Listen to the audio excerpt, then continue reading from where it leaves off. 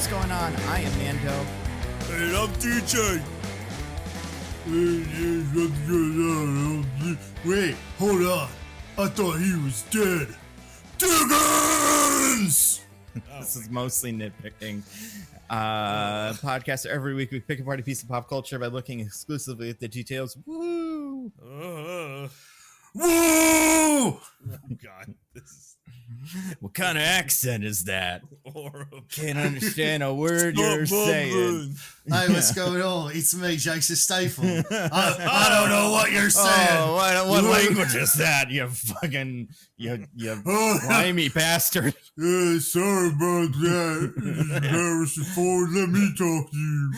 Loud and clear. It makes complete sense to me. You're the man that reads my audiobooks. We're going to talk about a movie this week. It's a movie that we watched because of the Discord poll, but also because we've got Expendables coming out very soon, within the next couple of weeks. I can't remember. It's not next week, right? It's like the week after, I think. I think so, yeah. Yeah, I think it's like end of the month. Right. And then next week is Spy Kids, I think, on Netflix. Is it? Yeah. Oh, yeah. I'll take your word for it. That's If it's on Netflix, I'm all in, buddy. Exactly. I'm all there. Exactly. So we're going to talk this week about, and mostly because we've already done the Sylvester Stallone Star Vehicle prequel to next week's movie, Spy Kids 3D. We're going to talk about the Sylvester Stallone Star Vehicle prequel to the week after that's movie, Expendables 3. Hey. Three Why Expendables. Why 3? Because I think this way, if there's context to 4, if people, because 1 is boring. I've seen 2. I don't remember liking it. But this way, people don't need to watch 3 for reasons they wouldn't maybe not want to watch it. But like if 4 is good, then you just listen to this podcast, go watch 4 and have a ball. Yeah, it's perfect. Well, Nando, not to spoil things later in the podcast, but after I watched this movie, I took a quick look at the cast list for 4, and I don't think there's going to be much about this movie in it. I agree. I'm so confused about that. It's another one of those, like, it's just like Mission Impossible Ghost Protocol, where they go to all this work to set up the new team and then just ignore them. Unless they all have like a Deadpool 2 jump out of the plane and then their parachutes all fall into wood chippers moment, which yes. would be pretty cool. Make that. And it's funny because some of them, it's like, well, they flamed out. They couldn't. This person doesn't matter. And some of them, I'm like, I don't think they can afford him anymore. So they're not going to get him back. We'll talk about it. But before that, we got some news. I got 2 newses, actually. One I just read. Apparently, Lauren Boebert got thrown out of a Beetlejuice performance in Denver. I don't really have anything to say about that, but that's pretty funny. Wait, why? What did she do? I think she was just there, and everybody was like, fuck you, Lauren Boebert. And they were like, we can't throw the whole audience out, so we'll probably just get rid of Lauren Boebert. So Not totally unfounded. Like, I'm willing to go out on that limb and be like, all right. Yeah, I'm not upset about it. I can tell you that.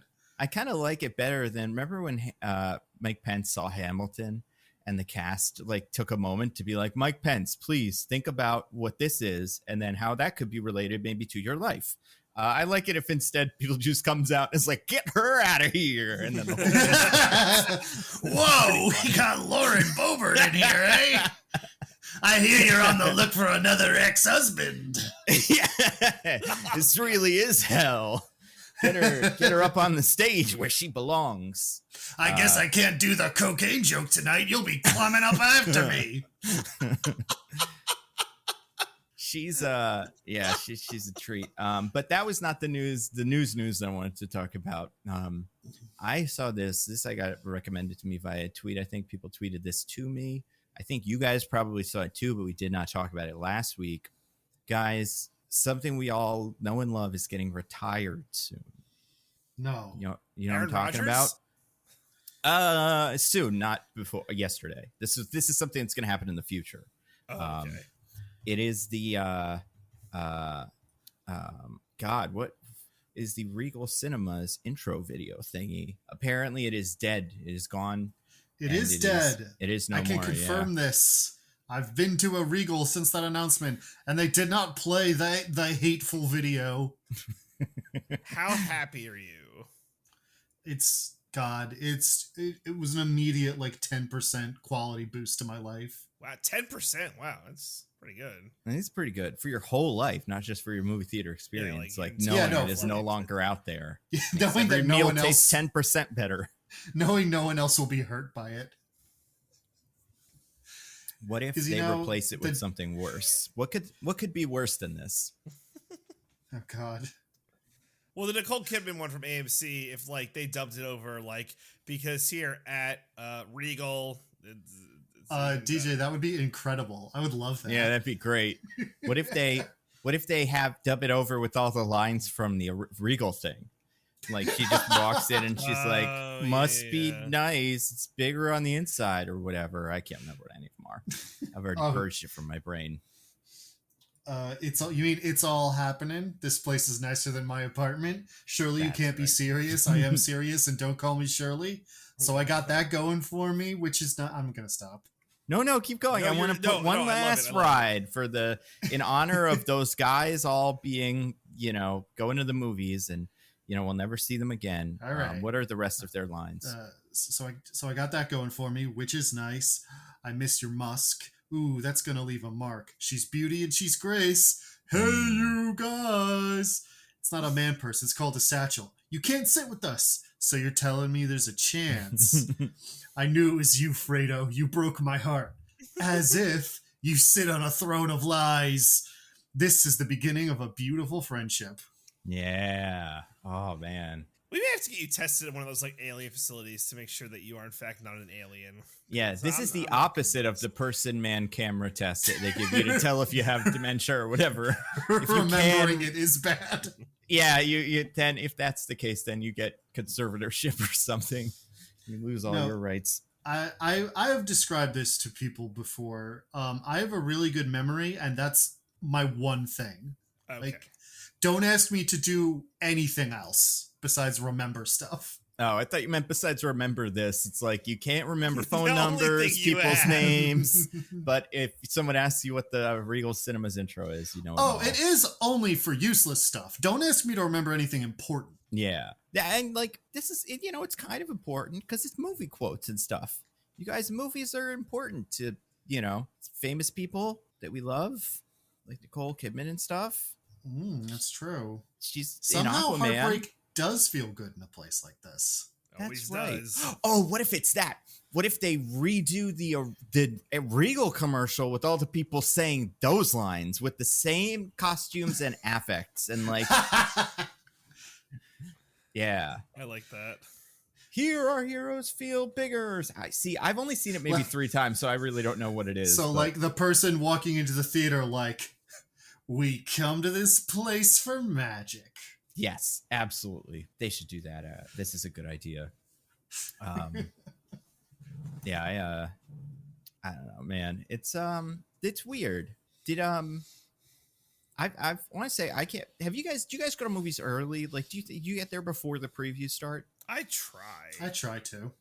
Because that is the thing for me. I'm surprised because I got to what did we do last week? Or no, what did we do last week? Gran Turismo. Yeah, Gran Turismo. Yeah. I got to Gran Turismo earlier than I usually do, and Maria Menounos still going strong, good for her, doing man. like trivia or whatever. Mm-hmm. Doing like really bad trivia and extremely inorganic bits with celebrities. Yeah, I love that. I bet she has a great like contract with them. Oh yeah, She gets to promote her podcast, so that's something. Oh my gosh, I've never listened to it, but now I kind of want to. What if it's good? What if she talks about like FOIA requests and stuff and does hard-hitting journalism, but this is just to pay the bills? It's like do, movie trivia about like who was in The Godfather or whatever. It's really cool. I'm pretty sure her podcast is something. Okay, Heel Squad is the name of it. Love like it. wrestling heels. Is that what that's supposed to be? We're the Heel Squad. Every day, host Maria Menounos will bring you the world's leading healers, experts, influential celebrities, and game changers to share groundbreaking secrets and tips to getting better in all areas of life. That's not what I thought at all. Is it Goop? Like, are we in Goop territory here, Maria? It says it's a self-improvement podcast, so I I wouldn't say it's entirely dissimilar to Goop, at the very least. Let me see if Gwyneth has ever been on. That's the telltale. I do not see her being here. But maybe there's time. I don't know. That's pretty awesome though. Man, I'm happy for her. I hope she shows up in Secret Avenger Secret Wars. You know, as the nurse that has sex with Chris Evans in Fantastic Four, the first one. I hope she's in that too. Yeah, me too, man. It wasn't a nurse. It was a USO girl. No, it's a nurse. Is it? She's at the doctor. Yeah, because I think she's. So I think what happens is she's a doctor who is hot, and he's hot, and he's like Chris Evans in this, and especially like before he became a human, Boy Scout back when he was like a bad boy.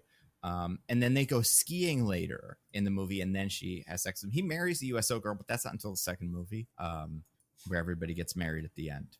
Those movies are pretty cool. Speaking of movies where characters are together at the end, maybe I couldn't quite tell. Yeah, a little ambiguous. Yeah, This one. Brave, I would say, if it was slightly more explicit. But we got to talk about Expendables 3 Spendables, you guys. Threndables. That's right. It's like we said, we're doing it because Expendables 4 is coming out, and I've seen that trailer 2 or 3 times and gone, uh-oh, this looks like it might be fun. Uh-oh. Yeah, like, well, this is going to be one of those movies where after like 5 of them, they finally figure it out. And if that is the case, then I'll need to remember all these people's names. And these people have the most memorable names in history. What? Are you kidding me? Oh my God. This is like if you gave a 5-year-old the cast list and like name them all, and they would come up with like Barney and Christmas and stuff. But yeah, DJ, you are in charge here, I believe. Oh. So yeah, you want to take us through the IMDb thingy? Guys, and listeners, and ladies, and all those in between. I like that we have definitively established a separation between listeners and ladies, which I don't have the metrics, but that's probably accurate. Yeah, I don't think it's wrong. So we're going to play a little game that we play every week called the IMDb B as in spelling bee, where you guys have to guess the IMDb summary given by, which I have as the IMDb keeper. So the listeners are probably wondering, hey, where do these summaries come from? And it's actually a fascinating story. So a group of very old geriatric men, exclusively men, have to go on an adventure to get all of the IMDb summaries that are locked away in some vault in, I don't know, let's just say Benghazi. Let's just say the vault's locked away in Benghazi. That has no political implications whatsoever. I didn't think so. And we don't all know about it. So if you just mentioned some things that happened there, I wouldn't be like, I don't think that's what happened there. Because we don't know. It's not a popular thing. Exactly. So the geriatrics go on this mission to get the IMDb summaries for these different movies that they're sent out on by the CIA because they're an elite squad. And what happens is along the way, a bunch of the geriatrics are like, oh my God, I'm sold. I can't do this anymore. So then the lead geriatric has to recruit a bunch of young people, and then they have to go also on get the IMDb summaries, but they're bad at it. And then they decide, you know what? Old people rule. They're the best ones. So they have the old people get the IMDb summaries. And then they just get them with no problem because old people are amazing. Like if an old person sets their mind to something, they can do it. Yeah, but it takes way too long. Yeah. Goes and goes and goes. And you're like, guys, you have the summary. Just read it to us so we can be done. But because they're old, it takes them a little longer, which is fine. We're not discriminating against that, of course. Why would we do I that? am. I think we should institute a strict Logan's Run society. Okay, fair enough. So yeah, I have the IMDb summary here. That is the geriatric IMDb summary. And you guys have to guess what it is for Expendables 3. I'm going to give you guys a hint because this one's a doozy. It's like accurate-ish, but it's kind of all over the place. It's a really long run-on sentence. And the only punctuation besides that last period is a colon and a comma in this really long run-on sentence. So I'm gonna give you that, and then who decides who goes for this? I get to as last week's loser. That's correct. Because I didn't give Jan his proper love for being a poor little working class baby boy with no cash whatsoever. Right. Yeah, I referenced the video game. What a fool I was. I think that was what this movie was about. But yeah, I think I'll go second. I want to work mine in my head a little bit. Okay. All right. It's a really long run-on sentence that's kind of all over the place. Okay. With a colon and a comma. The Expendables are a elite team of older mercenaries who go all over the world doing dangerous jobs for the CIA, and when a mission goes wrong, their leader Barney Ross recruits a whole new team to take on a suicide mission to do the one thing he never thought he'd have to do. Kill his old friend and former partner, Stonebanks. Okay. Nando. All right. So mine's a little different. After an old enemy resurfaces, mercenary Barney Ross needs to assemble a new team of Expendables, a group of the best assassins and soldiers in the world to track down an old rival and save the world from some sort of bomb or something. There was a bomb, right? So, theoretically, at one point, it doesn't really seem important. Yeah, but that's all I got. Neither of you really got it. Unfortunately. Well, I'm surprised. We're down to the only logical tiebreaker for this movie. Who can most accurately recreate the anti-Semitic rant that Mel Gibson went on? Which one? The one that he did for real, or like the one that he did on camera, or all the ones he did in private?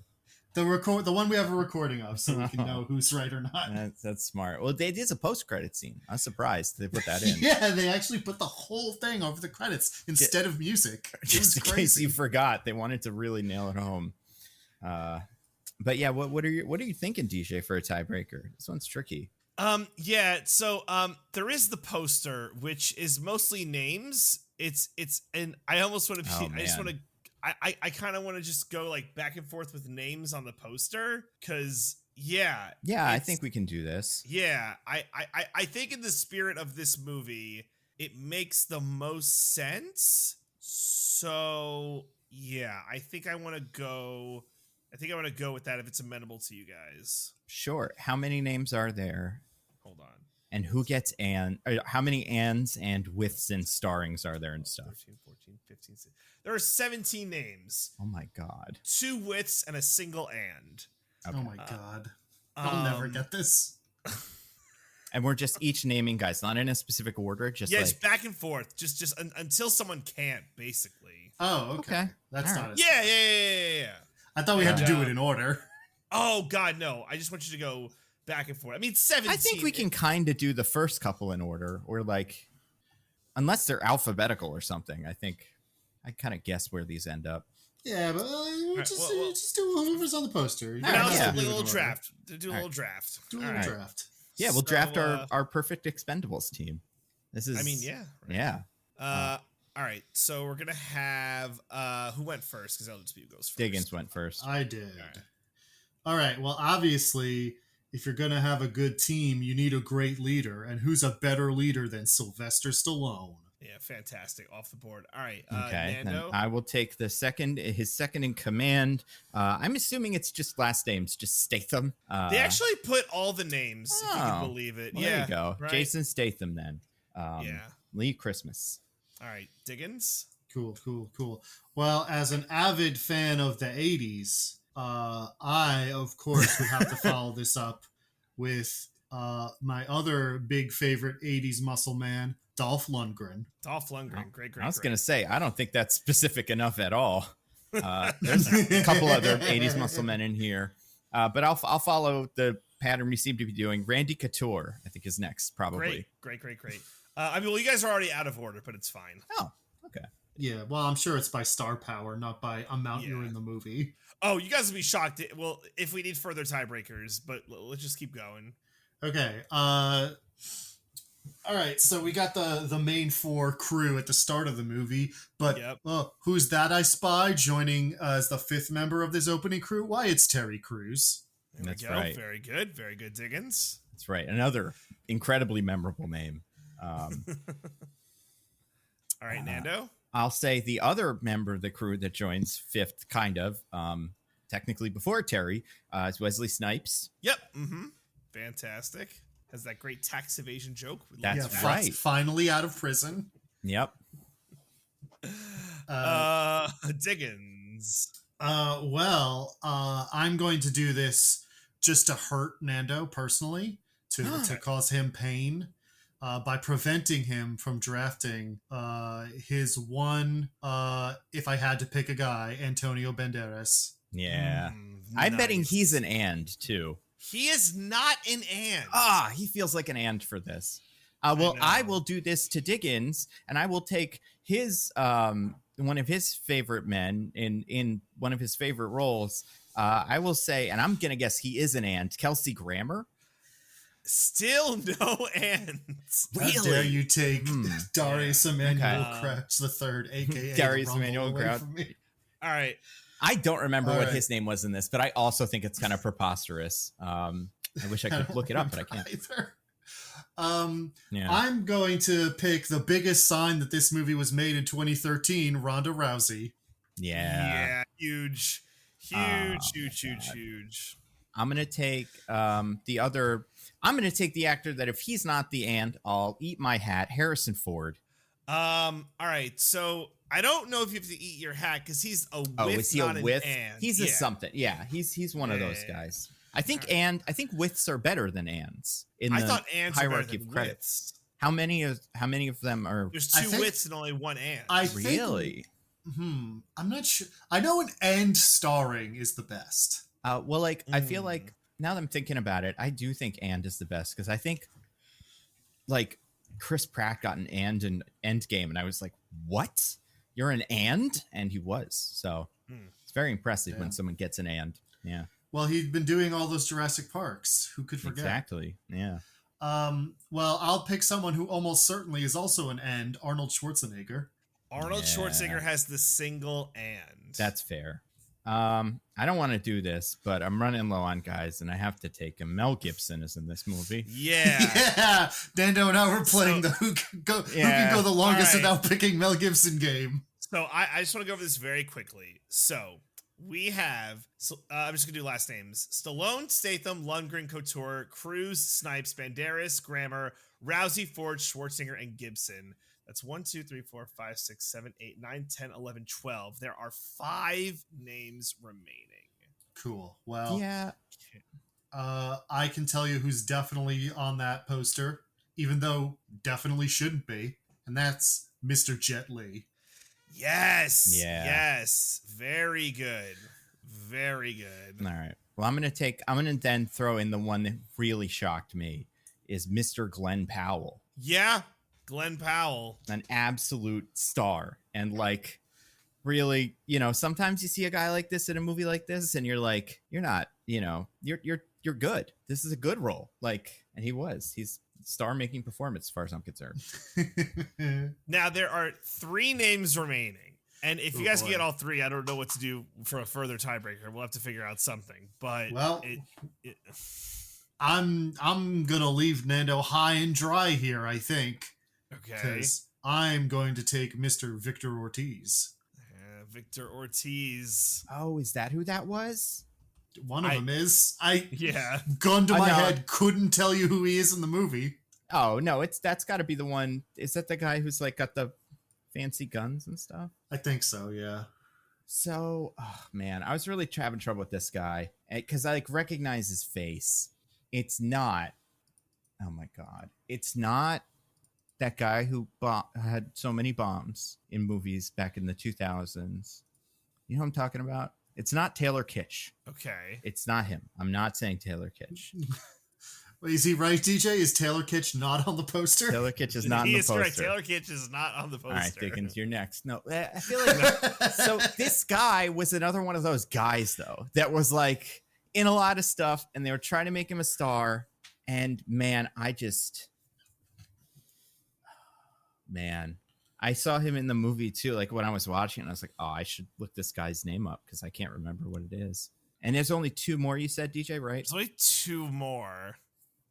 Yeah, I'm trying to remember if there's anybody else, but these are just to end my suffering. These are the 2 other new Expendables that are drafted into the team. Yes. Yeah. Okay. So it's not like there's not a famous person hiding in like the first 5 minutes who I forgot about. Right. And they're on the poster. Every single one of these people are on the poster. Yeah. So. Yeah. I don't know this kid's name, but it's the main. Okay. The main one is the one I'm thinking of. The one they were pushing the hardest, yeah. Yeah, the one that talks the most. Because I honestly, I could take a guess, I guess. Because like, I'm gonna be honest with you guys. If Nando pulls this off, I'm fucked. Yeah, I mean, then the other one is like, who could that other one even be? Because like, I can't even. At least with this one, I remember his face. I don't remember what that other one looks like at all. So like, so I wonder if I should correct something that I was wrong about. Yes. These 2 guys are not the other 2 guys in the team. Only one of them is. I was going to say one of them has to be, right? Because we haven't said the guy they pushed the hardest. Yeah, him. Yeah. On account of me having no idea who he is. This other guy is not on the team. Oh. And also not on the poster. Because I was counting. I'm like, wait, okay. But I don't know if that helps you. I mean, that totally helps because there was no way. I mean, now this gives me new life. To try to remember. Is it a famous person? Like, is it someone whose name I know? I'm not sure. Like, he's been in some big movies. Come on. Am I helping him too much? Do you know it, Diggins? No. I'm telling him not to help you. I'm going to guess. I'm going to try to remember the name of another guy from, like, I don't know. I genuinely don't know. I'm going to say... I'm gonna say like archival footage of Mickey Rourke or something. No, unfortunately. Diggins, you don't know any more of these, right? Absolutely, I do not. I can't even remember another character it could possibly be. Okay, so the other guy on the team was Kellen Lutz. Oh my God, who? yes. He was Tarzan, I think, right? Or something. That was his like, I want to say he's like on some MTV like show. It's kind of where he's famous from. I don't know. He was Tarzan. Yeah. Damn. They made a couple guys. He was Emmett Cullen in the Twilight Saga. How could we have possibly forgotten? Oh, that's the bigger one. Yeah. Yeah. Okay. I do kind of remember. That must be why I remember this face. Cause I've never seen that Tarzan movie. Who's the other one? The other guy who's not on the poster. He's Robert Davi, the like weird like arms dealer that Mel Gibson meets with right before for like first 10 heist. total seconds. Yeah. That's kind of who I was worried it was, and there's just no way. So I'm sorry, Nando, you lose the draft. I'm very a tough sorry. one. Yeah. No, that's brutal. If it makes you feel better, if I had to go to an ultimate tiebreaker, Diggins did have like the slightly better summary, but I had to go to the tiebreaker. So, and I'll also say I think he would have gotten more guys than me because I didn't know Victor Ortiz either. Did you know all the ones I said, Diggins? You probably did. Yeah, I mean, you didn't say anyone that. I didn't know Glenn Powell. Oh, really? Did you not recognize him, or do you not know his name? Both. Oh, I don't know who that is. Top Gun Maverick. Like, I mean, he's in a lot of stuff now. He's the hot new thing. He's one of the leading booster golds. I mean, he's in Hidden Figures. I'm looking up his IMDb now. He's in Top Gun Maverick. Guys, he's Long-Fingered Boy in Spy Kids 3D. Game over. Yes, he is. He's the guy that gives him the robot suit. I saw this on like the internet the other day. Someone was talking about this. Yeah, I don't know. He's in stuff, and he's he's one of those guys that people are like, that's a star. And I look at him and I'm like, you could stick him in a crowd and I would never be able to find him. unbelievable. If my life depended on it. Did you see Top Gun Maverick? Yeah, I did. Yeah, he's that guy. He's Hangman. He's like the one that's pretty much Val Kilmer. I know who you're talking about, and I am utterly failing to conjure an image of him in my mind. Fascinating. Oh my gosh. Yeah.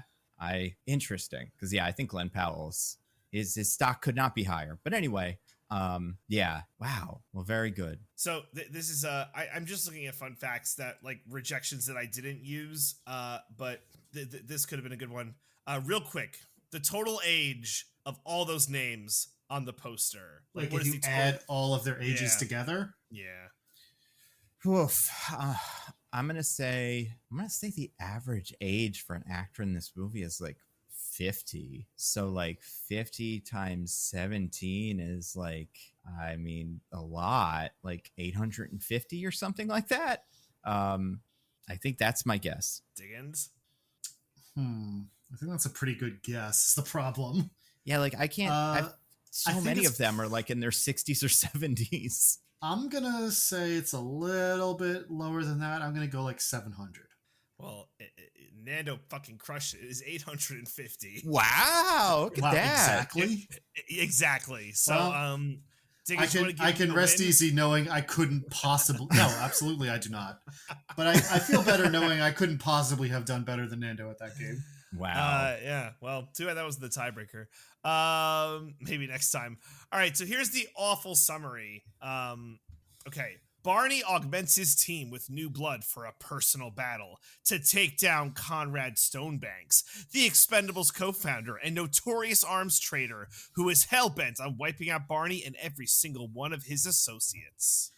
Did I have an edge because I said Stonebanks? Stonebanks. You did say Stonebanks. Man, I would say this is also lying, kind of. I don't think if the Expendables ever bothered him again, he would give a shit.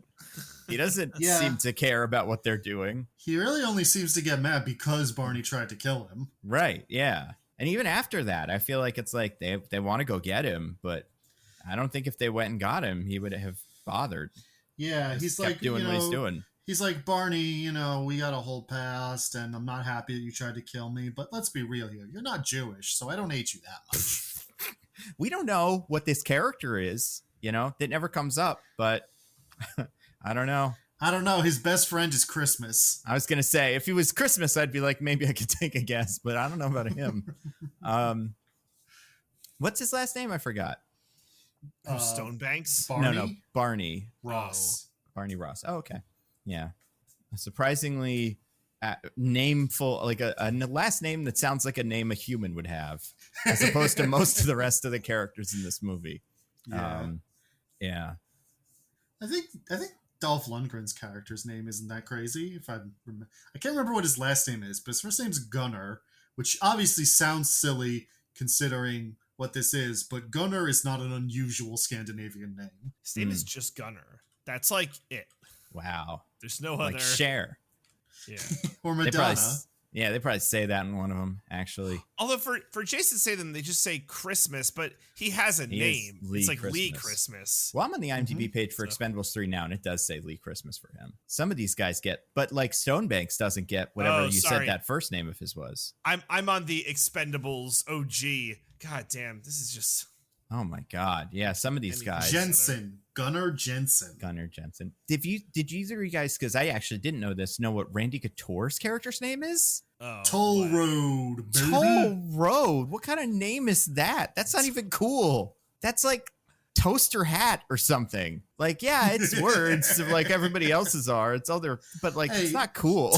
Toll Road is a phrase, I think, and you're on a road that you need to pay a toll to get on. Oh, sure. It's just not like a cool thing. Like, no, absolutely not. Like, Hail Caesar, right? Not an incredible, like not a normal name, but like a name that sounds kind of cool. Like Toll Road. Is that like a parody of some producer they know or something like that? It's just so specific. Man. All right. Well, I'll do the summary of this one real quick. The Expendables break out Wesley Snipes from jail. Some sort of jail train or something, that is going to jail from jail to jail, I guess, because he is in like a black site prison or whatever, and they do a big Expendables mission to get him. It all goes great. He goes a little rogue, but he's mostly fine. And he just has to kill that warden who loves to stand in front of the portrait of himself. Yeah, it's like he does like that kind of. He fits in perfectly, and we learned that he is an older Expendable. I don't know if he says he was an original, but he was definitely. I believe previous. he does say that he's an original. That makes sense. He's and yeah, he's a bit of a loose cannon compared to some of these guys. And it's the crew we've named a million times: Barney, Ross, Lee Christmas, Toll Road in that rescue mission, and then Hail Caesar and Jensen. No, what was his name? Gunnar Jensen show up later. I think Gunnar Jensen is there from the start, isn't he? I'm pretty sure he's on the boat with. He's on the boat for the mission, but I think he's there from the start. Yeah, you're right. He is, but Terry Crews isn't. I don't think. Yeah, no, Terry Crews. Yeah, that's okay.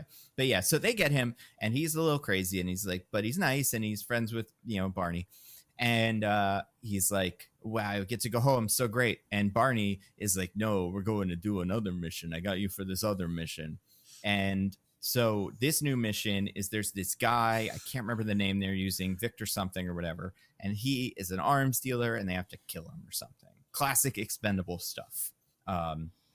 And they go and get ready for this mission, and then they do it, and it's like all kinds of cool shit. They steal a shipping container and do a little bit of the thing from A-Team movie. Then, as they're about to shoot this guy, he comes out of the helicopter he's in, and it turns out it's not some rando. It's Mel Gibson, you guys. So Whoa. And Barney loses it and starts shooting. He yells his name and shoots at him, and that doesn't work. And then everything goes heads up. And then Hail Caesar is shot by Stoneman. What is it? Stonehead? Stonebanks. Stonebanks, yeah. So yeah. Stonebanks also, is like... oh no, that's an underappreciated Coen Brothers movie. Oh, that's cool. That's Stonebanks, Hail Caesar. Oh, yeah, Hail Caesar, for sure, yeah. And I'm like upset that an underappreciated Coen Brothers movie got killed. Or, no, not killed, shot. Killed. You can't kill an Expendable. That's the one rule. So Mel Gibson is... And we learned Mel Gibson is a former Expendable. And that's why, like we said, he was another founder of the Expendables. And that's why Barney hates him so much. And they have some sort of past, which they don't get into there.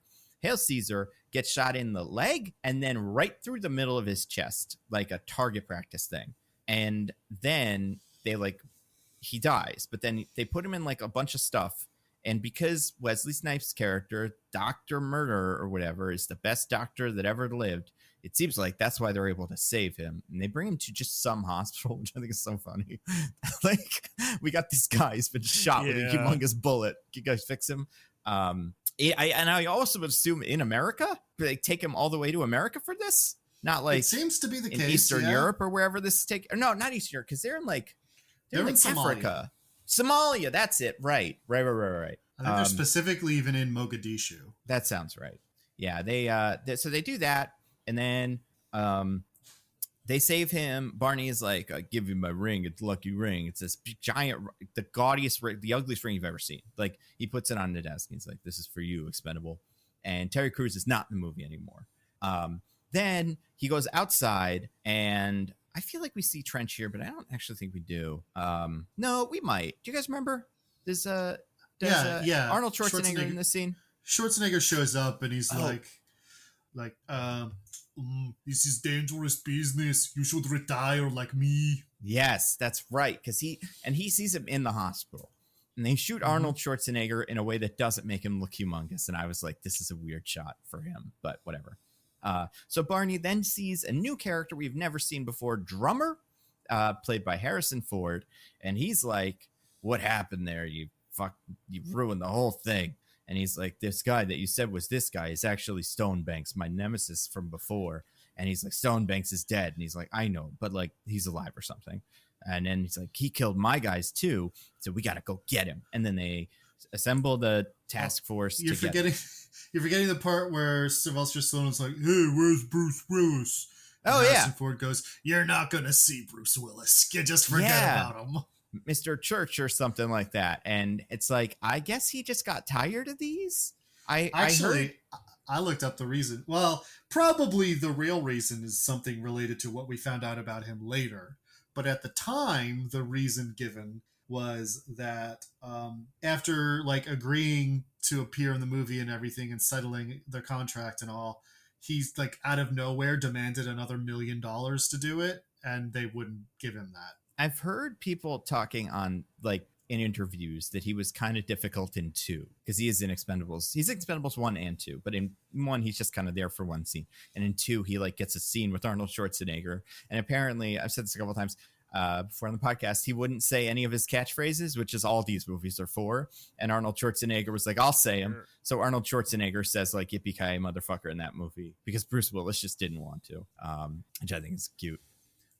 But yeah, so it's unfortunately all cute Bruce Willis acting stories have now become tragic. I know. Yeah. And it's more cute on the Arnold Schwarzenegger side of things. Like he really does, and especially this movie, he is leaning into the meme thing. Like, and that was something that the second movie was really bad about. I just remembered this because you guys remember the only Expendable, I believe, that doesn't make an appearance back in this, who is in Expendables 2. I have no idea. I've never seen these movies. He's the memeiest guy of the 2000s. Oh, Chuck Norris. Chuck Norris, yeah. He was. I'm almost positive he's in the second one and doesn't make an appearance in this one. I want to say Mickey Rourke's in the first one, but he dies, I think. He is. And it's so lame. All he is a tattoo artist. Yes, that's right. So lame. And so anyway, Harrison Ford's like, "Hey, you got to go do this mission and bring him back alive because we're taking him to The Hague and trying him for war crimes or whatever." Then I think after that we check on Mel Gibson again, and he's like doing art stuff because that's what you do in a movie if you're a bad guy and you want to seem interesting. He's like, "Oh, this is art. I'm sending money. It's expensive, and I don't really understand it." But we're gonna learn later that's a cover because you can smuggle whatever you want in a big painting. Purposes. Well, for that too, but also they don't X-ray the paintings because it ruins the oil, which that can't be true, right? That can't be true. Yeah, there's no way. I figured they just open the box and check then or something, because otherwise you could just say there's a painting in here, you can't check it, and then they go, "Well, I guess you got us." Yeah, whoopsie. Big square painting that rattles around a lot. Yep, that's it. Must be painting. So then Barney Stallone gets really like moody, and he fires all the Expendables. They go to that one Expendables bar in wherever it is, that is where they hang out, and other people, I assume. Like we could just wander into this bar and be sitting next to them. It seems like it's just a public business. So yeah. And they're nobody, and like they say, like they're the only Expendables left. So it's not like everybody else there is like former Expendables because they all get killed. Right. So except for Trench, I guess, who managed to get out.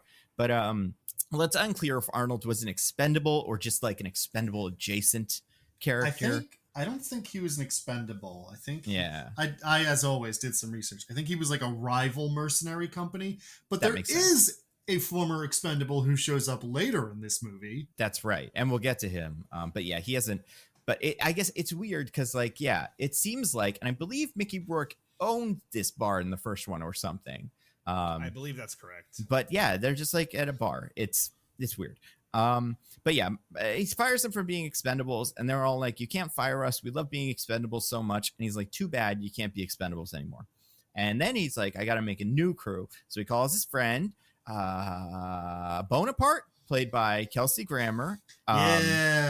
In what really feels like an audition for Money Plane, like just and he's great. Like he's doing classic Kelsey Grammer guy.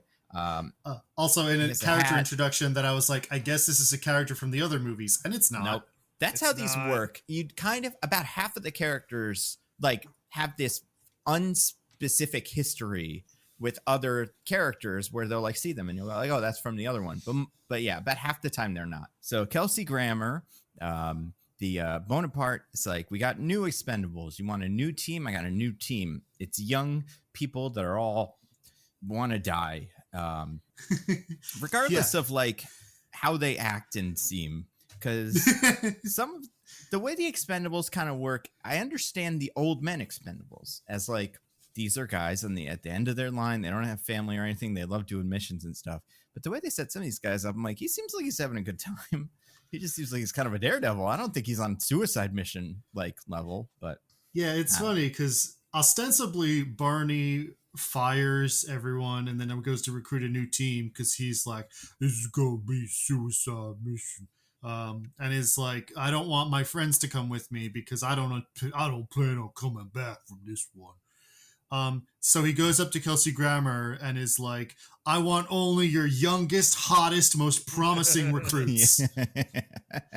Exactly. If anyone seems even kind of old or like they've got nothing left to live for, then I don't want them on this team. Yeah.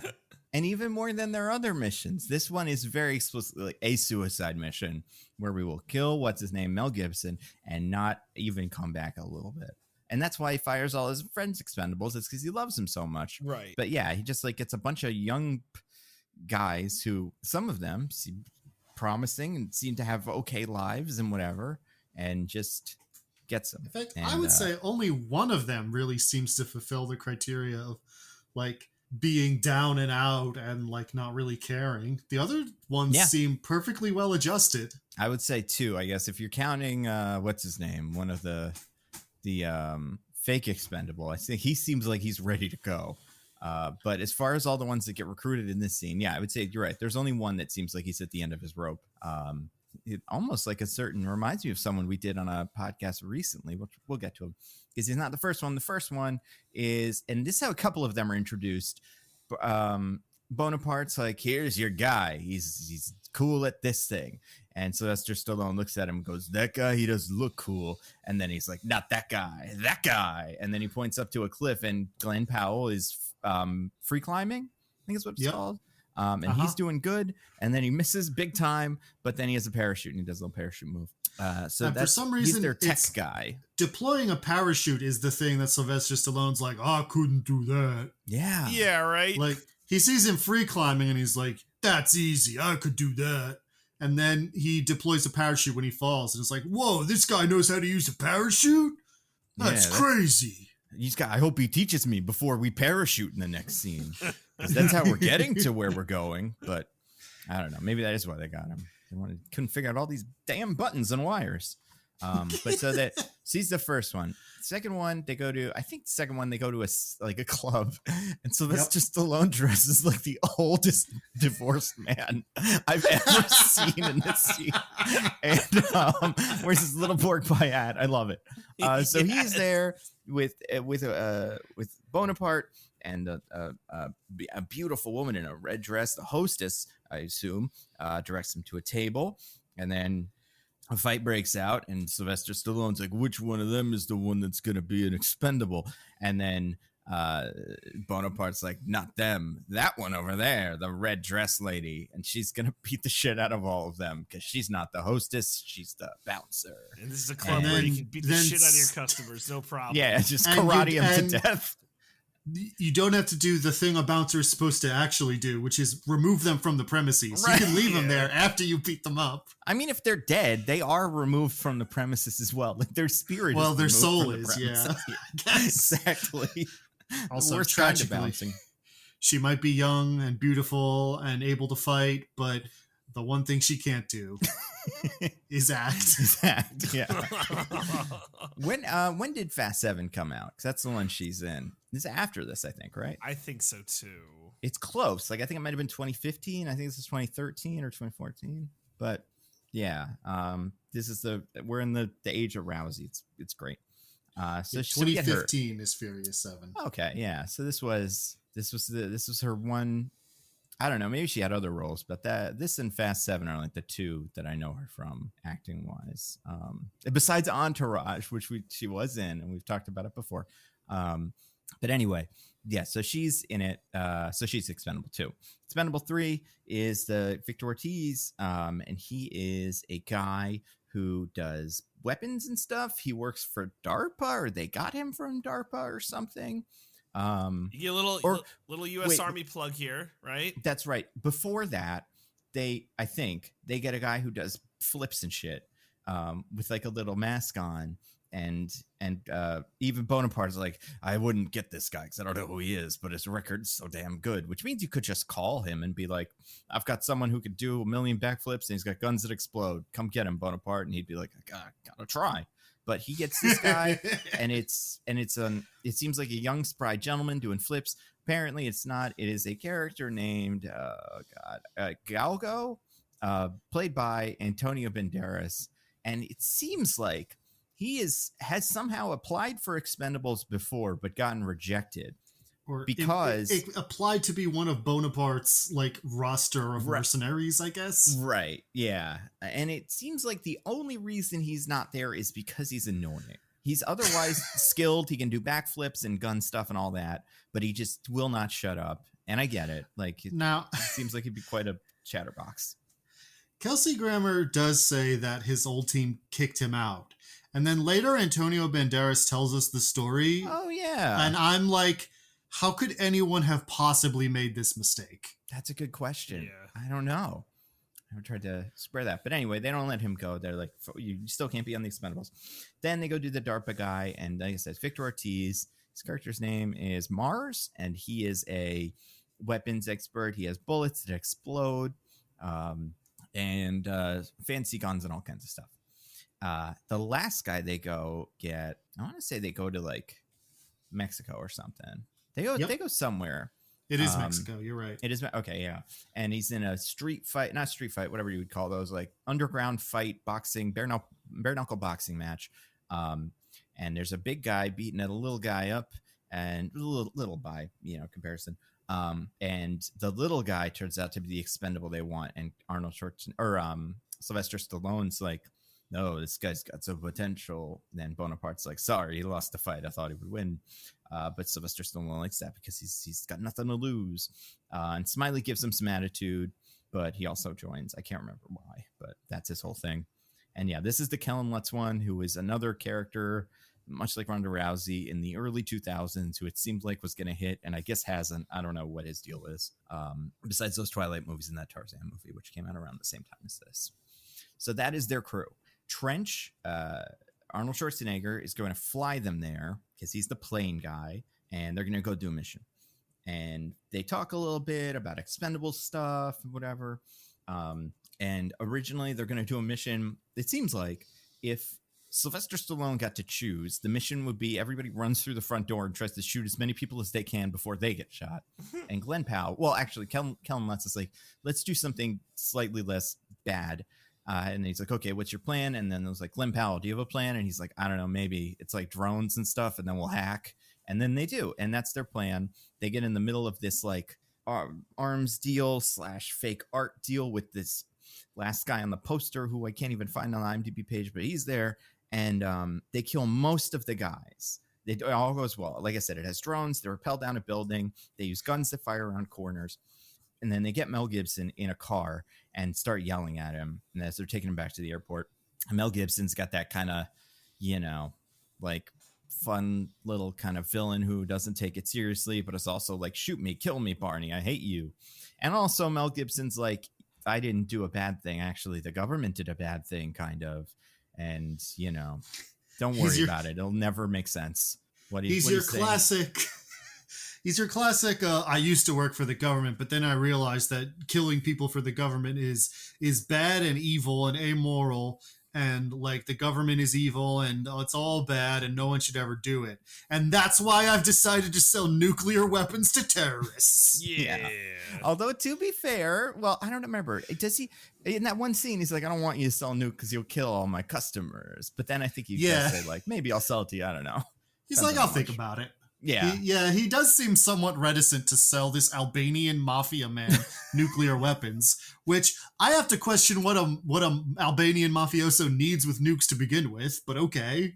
I mean, he could challenge our mighty expendable army if he had some nukes, because besides that, they're borderline invincible. They should be called the Invincibles. But they so they get him, they have a big fight, and at one point, I can't remember why, they kind of realize that they've made a mistake, because in this car, Mel Gibson gets a little bit of control, and then they see that his watch has a tracker or something, which means they didn't check if he had a tracker when they put him in the van. Why would they? yeah, I don't know. It's pretty honor system with these guys, I guess. But then they get exploded by a helicopter, big car crash. Everybody lives. Mel Gibson is freed. Shoots Sylvester Stallone. Sylvester Stallone falls into a river and dies. Hits his head really hard on a rock while in the river. You hear it too, thunk. It's Yep, very clear. Easily, like I feel like we've seen a lot of things in this. That's like, well, shooting Terry Crews through the middle of his chest would kill him. But this is the one specifically that made me the most angry. It's like, don't show it then. I'll just assume he kind of passed out in the river. Like that is movie kind of shorthand for, oh, he's dead, but whatever. All the kid Expendables, the mini Expendables all get captured and taken by Mel Gibson because he's like, we need them alive. They might be helpful bait. So then, only after all hope is lost and all other options have been exhausted, Sylvester Stallone, who is able to get back to Trench because Trench is fine, decides to recruit Galgo, Antonio Banderas, to be part of the mission, to rescue the guys because Stonebanks, Mel Gibson, gives a big video, like a Joker video, where he's like, I got your guys, ha ha ha. If you want to see him alive, 48 hours, come die where I am. So then that's like his challenge. And then the old Expendables show up and they're like, we want to help you.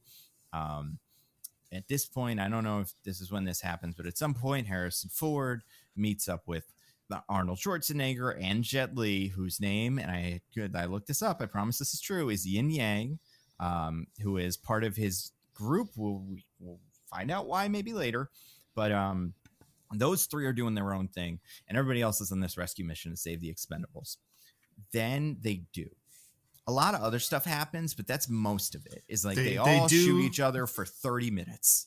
They do by fighting the entire Asmenistan army. Yeah. There's bits where there's tanks and helicopters and fucking like endless waves of goons. They save all the kids. Like they cut them free, so they're able to be part of it. And then that Arnold Schwarzenegger with a helicopter that weighs way too much now, I feel like. I don't know how many people can be in a helicopter, but it's so many guys. They all pile into one. The one piloted by Harrison Ford, who's doing all kinds of crazy helicopter maneuvers. It's 850 years worth of people on this. True.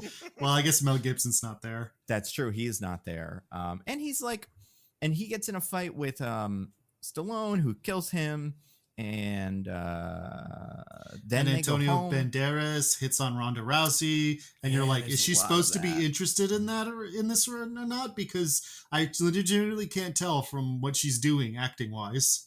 Part of it could be her. I think more of how I read that is like when he shows up to save her, there's a second where she's like, oh, okay, because she doesn't know him, they've never met, but unless he went to that bar or whatever. But then she's like, oh, he's annoying, I get it. And then there's no more chemistry between them, but he keeps doing his, like Pepe Le Pew shtick.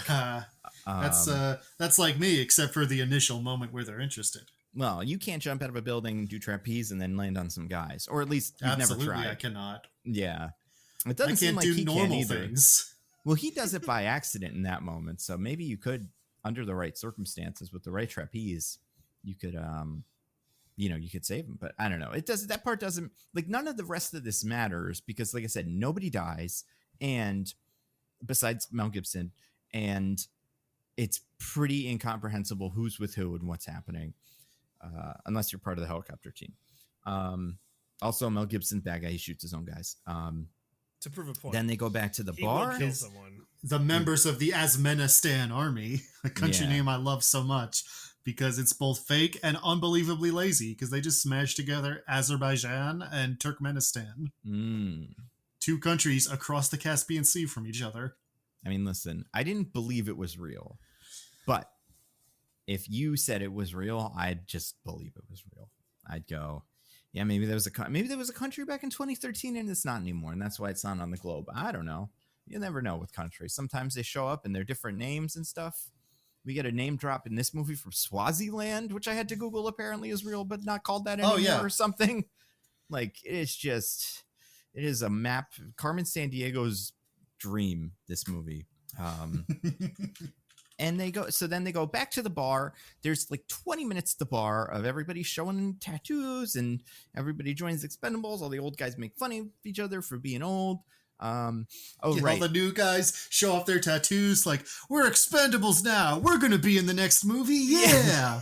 Yeah, maybe they will, Maybe it'll be a cool cameo. Them and Chuck Norris and all the other characters we forgot about show up and, join. You would assume in a movie like this, they'd kill them every game. Like every new movie, they would die. So they don't have to bring back this crew they don't want to bring back. Maybe? Yeah, like except the new guy. Like the main four would stick around. And maybe they would rotate in Terry Crews if he doesn't want to be in this movie. Like he just wouldn't be in every mission.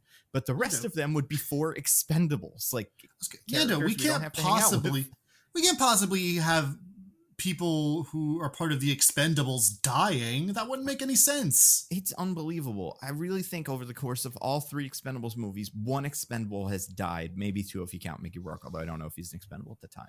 But like, are you counting Stolberg? No, I'm not counting him because he has given up on his Expendables life and no longer is part of the team. But I'm just talking about the kid that dies in the beginning of 2 and maybe Mickey Rourke in 1. But like they have a better survival rate than like the Avengers or any of those guys. Like they do not kill, these characters cannot die.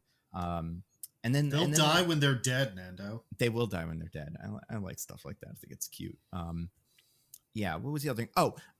What's his name? Because I kind of forgot to mention this. Because Lee Christmas's thing is knives and Blade's thing is also knives, they kind of have a little business where they try to one-up each other and stuff. And then they finally settle their differences at the bar. And we know who's the coolest. And then the 2 of them are gay, which I Googled, and it is canon. Is that Jet Li and Arnold Schwarzenegger's character are in a relationship. It's a very unclear thing in the movie because what's his name makes it's like that movie. What is it? The one with the kid, Jennifer Lawrence and the kid, whatever that one's called. Where No Hard Feelings. No Hard Feelings. Yeah, where someone makes a gay joke. It's like you guys get in a room or something, and then they look at each other and go, But in this, it's less explicit. And then that's the end. That's the movie. There's some rock song or something plays. It's not the Mel Gibson yelling at the cop. Unless that's like a different cut you got. I got the KFC one where they play some lame 2000s rock song and you guys got the Burger King one. But yeah, and I think that's it. Motorcycle. There's a big motorcycle thing too. I forgot about that. It's not really important. Most of it isn't. But yeah, so Diggins is the winner. What did you think of Expendables? Oh boy. Expendable or Expendables.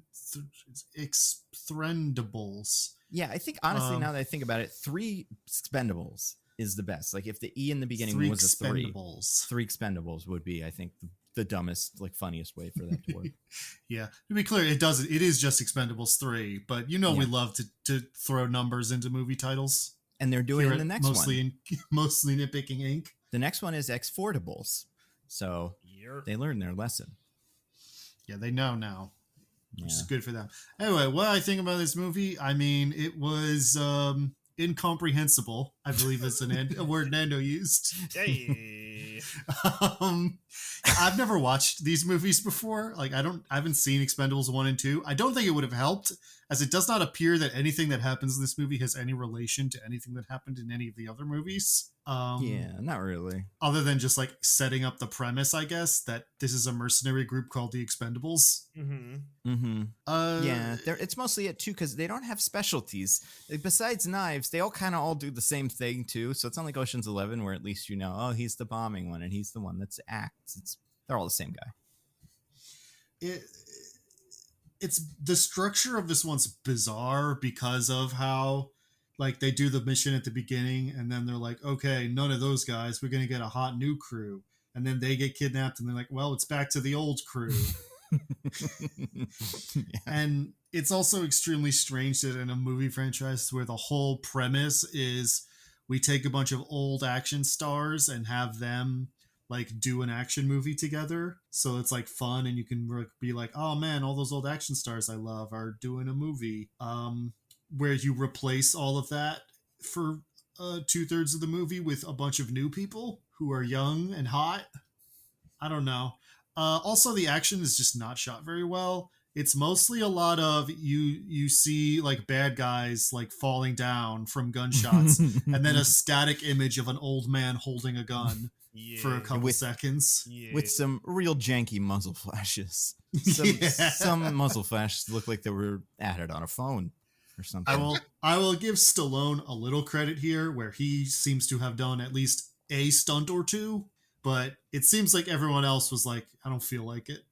Which, good, fair on them. They're old. Like, there's a reason why generally old people don't do action movies. Is because it's hard to do stunts when you're old. Also, how old are they all? Like, it's a great question. Statham's old, but he's not Stallone and Lundgren old, right? Statham is the young buck. Like, and Randy Couture and Terry Crews all seem like they're like average aged for stuff like this. Mm-hmm. It's just those other two and Mickey Rourke from the first one that are like truly old action stars. It's kind of strange. Yeah, I agreed. Especially because we just watched The Meg, where he does a bunch of this shit too, and it's like nobody's questioning it in universe. Nobody's like, you're too old to do a backflip and stab this shark. They're all like, yeah, that guy can do it. That's kind of what these guys are for. Sylvester Stallone is currently 77, which would mean when this movie came out, he was 67. That's right. Yeah, that feels right. Jason Statham is 56. So when this movie came out, he was 46, which feels a little young to be in the old man mercenary group. Especially because this is the third one, and the first one came out maybe 4 years before that. So he was barely 40. Like, I mean, I'm sure if I was him, I'd take this role. Like, it would be fun, and I'm sure the money was good. But like, I'd almost be a little bit insulted. I'm like, I'm still doing Transporter movies. I don't know what you guys are talking about. I'm still relevant. I was in that Meg movie. Yeah. I will be in that Meg movie in the future. And like the 12th highest grossing movie of next year. Thank you very much. He said. In fact, I am still so relevant that on this Expendables poster, I get to be there before Stallone. Yeah. I'm about to be the main villain for the next Fast and Furious movie. That's right. That's true. He was probably, this was what, you said 2014? Yeah. It's probably right around Spy. 2013. Where he plays like the cool James Bond type spy. Yeah. And nobody questions it because he's that age. I mean, he's probably younger than Daniel Craig was now. What are they doing? It's insulted Jason Statham. Yeah, all that to say is the movie's not very good. I don't know. It was boring. I didn't enjoy watching it. I think Sylvester Stallone has blamed the poor performance of this movie on the fact that they cut it back to PG-13 to try to go for a wider audience. And I'm like, I can see a world in which you're like, that could save it, but like, I don't think the R-rated version of this movie is the one that's successful. The version of this movie that's successful is one that is like goofy and over the top and like trying to be like those 80s action movies, which were generally a lot more like gung-ho and just frankly silly. And I think being R-rated can help with that because you can have like a bunch of like crazy, gruesome kills and stuff. But that doesn't feel like the movie they were making in the first place. So I don't know.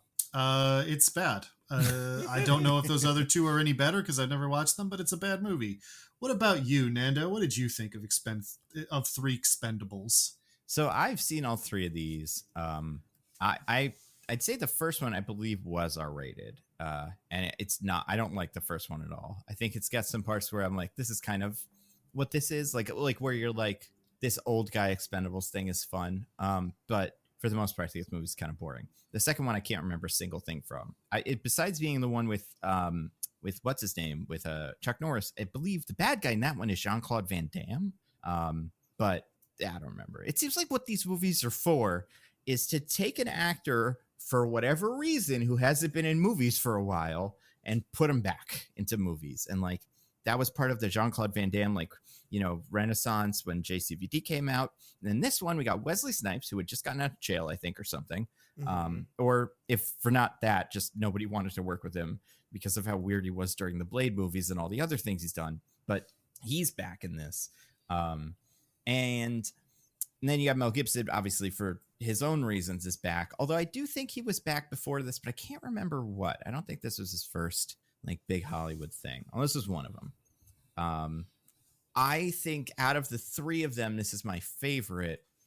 And in general, I mostly had a good time with this movie, except the end. I think the end is boring. But the beginning parts where they're like doing silly missions on a train and like throwing knives and competing in knives and stuff. And they're like, watch this. And then Wesley Snipes does a bunch of backflips and like stuff that I really liked. I agree the new guys weren't good, but I had enough fun with Glenn Powell and Kelsey Grammer's bit that part didn't bother me too much either. It really is just when we get into that third act, it just fucking goes and goes and goes. And I loved Antonio Banderas in this, so that got me through maybe second to third act. But yeah, I don't think this is very good. I do think I enjoyed it enough that it's not a bad, like, for me, I don't regret watching these. And you're right. And it's weird because this is like Sylvester Stallone's new passion project. He loves these. He produces them, like directs, I think, some of them. Writes, I think, too, or the stories by maybe like. Yeah, I can't remember. Involved. I want to see because Patrick Hughes, whoever that is, directed the first one. He has a writing credit, like Sylvester Stallone has a writing credit. Oh yeah, and it's a screenplay by and story by too. But yeah, like this was all his idea, was like get back all the old guys because everyone loves us so much. And you know, for that much, I can't really hate it. There's nothing about this movie that I find like objectionable, but the problem is I think they've never quite lived up to the promise of what these could be. Like you're saying, Diggins, of like the, you know, truly campy 80s throwbacks that they kind of bill themselves as. It seems like the people in them just take themselves too seriously for that. And maybe not every single one, but it seems like some of them do. Also, I was wrong because I'm looking at the poster for one. The other expendable, oh no, he's not an expendable. The other bad guy that's in the first one is Stone Cold Steve Austin. Oh, that's right. In that one. But yeah, I'm pretty sure he's the bad guy's bodyguard. So yeah, didn't love this movie, but I had a good enough time with it. And I do think if they just kept going and they figured it out, this could work. So I'm hopeful about 4. We'll see. But yeah. DJ, what about you? What do you think of 3 Expendables? I think once again, I'm like squarely in the middle. I think the problem is that the efficiency of this movie is way off. Because like the first 40 minutes of the movie it's like 20 is on like the initial breakout scene, and then Terry Crews gets hurt, which is fine, but like drags, and like not really much happens even in terms of like the action is kind of weak, at least in that opening scene. And then the next 20 minutes is the recruitment montage. And that's like almost half of the movie. And it's like not very compelling, I think, for the most part. I think the recruiting stuff is awful just because it's like, yeah, this guy's from DARPA, who's like a really cool government thing. And oh my God, this guy's climbing. And I'm Kelsey Grammer. Whoa. How dare you insult the interstitial bits between the recruiting where Kelsey Grammer convinces Stallone he has cancer? I was about to say that. And then like in between just Kelsey Grammer doing like weird Kelsey Grammer shit. That honestly might be my favorite part of the movie. It's very interesting. That part was great. It's just that, and just all the little interstitial bits where he's like, did you turn the autopilot off? God. Is that the Big Dipper? We gotta turn around. Yeah. Well, like that Kelsey Grammer bit, I do think is kind of like a, like it is representative of some of the problems with this movie. And like the problem with the tone of this movie is they do for a second go like, we are old men though. So like, is that what this movie's about? And then Kelsey Grammer's like, no, we're not. We're all young men. And this could be anybody. The old thing is just kind of to sell the posters, but like nothing is special or interesting about this team. And that's it, right? It's like there's no uniqueness to any of these characters. Like, sure, there's like a tech guy and there's like a weapons guy, but it's just because like the movie says so. It comes up later barely. And like honestly, I got to the point where it's like, well, wait, I kind of want to just see the old guys because they're the ones I know and they're like 5% funnier, and it just kind of was like kind of meh. I thought Mel Gibson's stuff was just like, I'm the big angry man, rah! And I'm like, that's fine, I guess. And then Harrison Ford stuff was weird all over the place, and Arnold Schwarzenegger stuff was weird and all over the place. So it just didn't flow for me. The action at the end was fine, and I just think as the kids say, this movie's very mid, just very mid.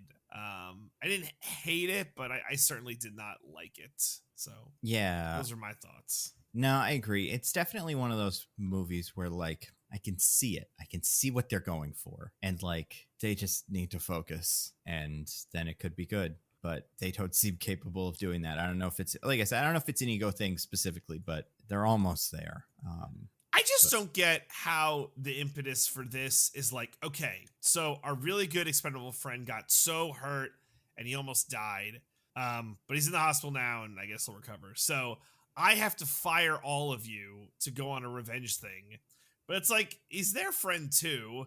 And what, this has never happened before in all the years of your expendable. I mean, you've had guys who like died and this is the one that's like way too much. It wasn't like it was like your son or something. I don't know. It's just like, it felt very, very forced. It just, Yeah. Especially because the expendable that dies in 2 is young. And that as the thing for like, we got to be dangerous expendables again is why they did that movie. So yeah, throwing that in is weird. It's all the dog tags I think they have, like implying that a bunch of old people have died. It's like, okay, but what if that happened on screen in a thing that we could emote about? What if that happened? Yeah.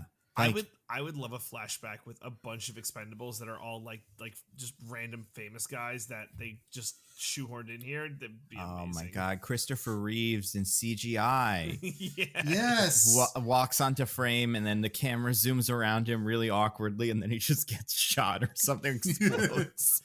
Out of Warner Brothers. Oh, they had so much restraint. They could have done that. They lost their best friend, Nick Cage, fighting that giant robot spider. Yeah, honestly, that is kind of the problem with it, is I think if they did that, they'd have to have those guys be dead. Like, they really would need, like, archival footage of, like, some Steve McQueen movie or something, and just pretend he's an expendable, and they watch it, and then he dies, and then it's like, ugh, never gonna see him again. But that would be amazing. Yeah, that would be pretty good. But because, they can't do that here, because I think they do want Nick Cage in one of these eventually. So then they just don't do anything. Like just skip it. It kind of flounders in the middle, just searching for meaning, which is unfortunate. Yeah, it's a shame. I really did. I expected to have like more fun with this, but it just like engaging with it. It didn't grab me in any way. I will say, if we could talk a little bit, or I don't know when you guys want to talk about the upcoming one, if you want to wait till the end of the pod. But like the fact that this one is coming 9 years later, I think is fucking crazy. And maybe it'll be 10 years later, DJ. I thought it was 2014 was the 2013. I've said it so many times. I don't know. I think it says 2014 on the IMDb page. I believe it was 2014. Yeah. Anyway, you're getting old man. Yeah. Your brain's not working anymore. My brain never worked. It is 2014. You're right. I'm a fool. Regardless, the fact that we're nearly a decade later with this shit, I think is like maybe Nando, like your theory for it's like it'll be so fucking goofy it'll work. Like I'm willing to like possibly buy that. From what I'm getting from the trailers, and we won't get into it too much because we'll see. But it looks like what they've decided to do is kind of really lean into the Jason Statham kind of parts of it. Right. And maybe leave some of the rest of this at home and just have bits where like the new young guys who are the hot stars that everyone loves go like, you're really old man. And then they go, fuck you, I'm good at this. And then probably they respect each other by the end of it. But like, if it is a Jason Statham, Megan Fox action vehicle with some guys who do pretty good martial arts and they shoot it well, then I could be into it. Like that could be fun. I like the Meg. I think Jason Statham's a movie star and like I'll watch him do stuff. We all love the Meg. As set up this podcast, we all love the Meg. And I think most of the actors in this I also like, besides a couple. Like I think Stallone is pretty watchable in this, and I like Statham, although I don't think he's really entertaining in this one specifically. Mostly because they write him out. But, like, he's usually more fun. And, like, Wesley Snipes, for all his faults, is pretty watchable in this. Yeah. But, like, it just... So, like, one of these that really focuses on Statham and, like, gives him room to Statham around might be good. Like, might be what we need for these. I don't know. Well, I think that's what's part of it in this one, talking about this movie. Like, The worst scene is when they're going after Mel Gibson at like the art heist or whatever. And Mel Gibson is on screen. And you're Mel like, Gibson's oh on screen. no. And it's just the young guys, none of them pop. All the young guys are absolute duds. And Yeah. I don't think Glenn Powell's terrible in this, but I also don't think he really works. But I could not tell you what he looks like in this movie, which I watched today. he looks like the guy from Top Gun. A handsome young guy who he has not weird hair, but his hair looks different than usual. Yeah, no, he's not. I don't think he's also incredibly utilized well. Like if this movie knew what it was doing, he would have the Kellen Lutz role and be the guy who has to really like bounce off of Stallone and be like, you know, you're crazy, old man. Because he's good at that, because he did it in Top Gun and everyone liked it, but they don't really do it in this. I was going to say, but like that character barely does it in this movie anyway. Yeah, that's true too.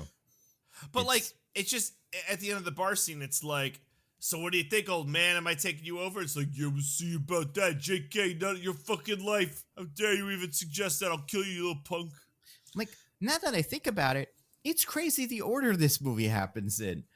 A movie like this, the beginning bit is the kids and Stallone and it's not clicking or something, you know? Exactly, and then the middle bit is like him and the Expendables do a mission, and then the Expendables all get caught, and then he has to work with the kids to save the Expendables or something like that. Yep. Feels like how you write one of these. It's so weird that it happens in the order it does, because he brings the kids in for the suicide mission that is personal, and that's so stupid. No, it really is. It really is. What is the biggest nitpick of this movie? Is it that Terry Crews dies and then he doesn't? The script says no. So that's good contention. The Benghazi bit. Yeah, let's talk about that. Benghazi. So what was his name? Oh, Gluggo or something? Gelgo. There you go. Gelgo. It's a Spanish term for like a greyhound. Like Okay. That like makes that. sense. Yeah. That's cool. I mean, I'll forget it immediately, but like I like that it means something. Because his character is just he's Puss in Boots again. We're doing Puss in Boots, you guys. He's Antonio Banderas. They brought him on screen and were like, be Antonio Banderas. And he was like, all right. It's like, I can do that. Yeah. But yeah, so what is his history? So he used to be part of a mercenary team because he was in like Spanish Legion, Spanish Special Forces. Forget exactly what it's called. Fun fact, Antonio Banderas is a real honorary member of whatever military force his character is supposedly was part of. I thought you were going to say a real expendable. I'm like, wait a second. Oh, is this a real thing? I didn't know that. No. Well, maybe. Maybe. We wouldn't know, would we? Yeah, Joe Schmo like us wouldn't know about the Expendables. Unless we wander into that bar.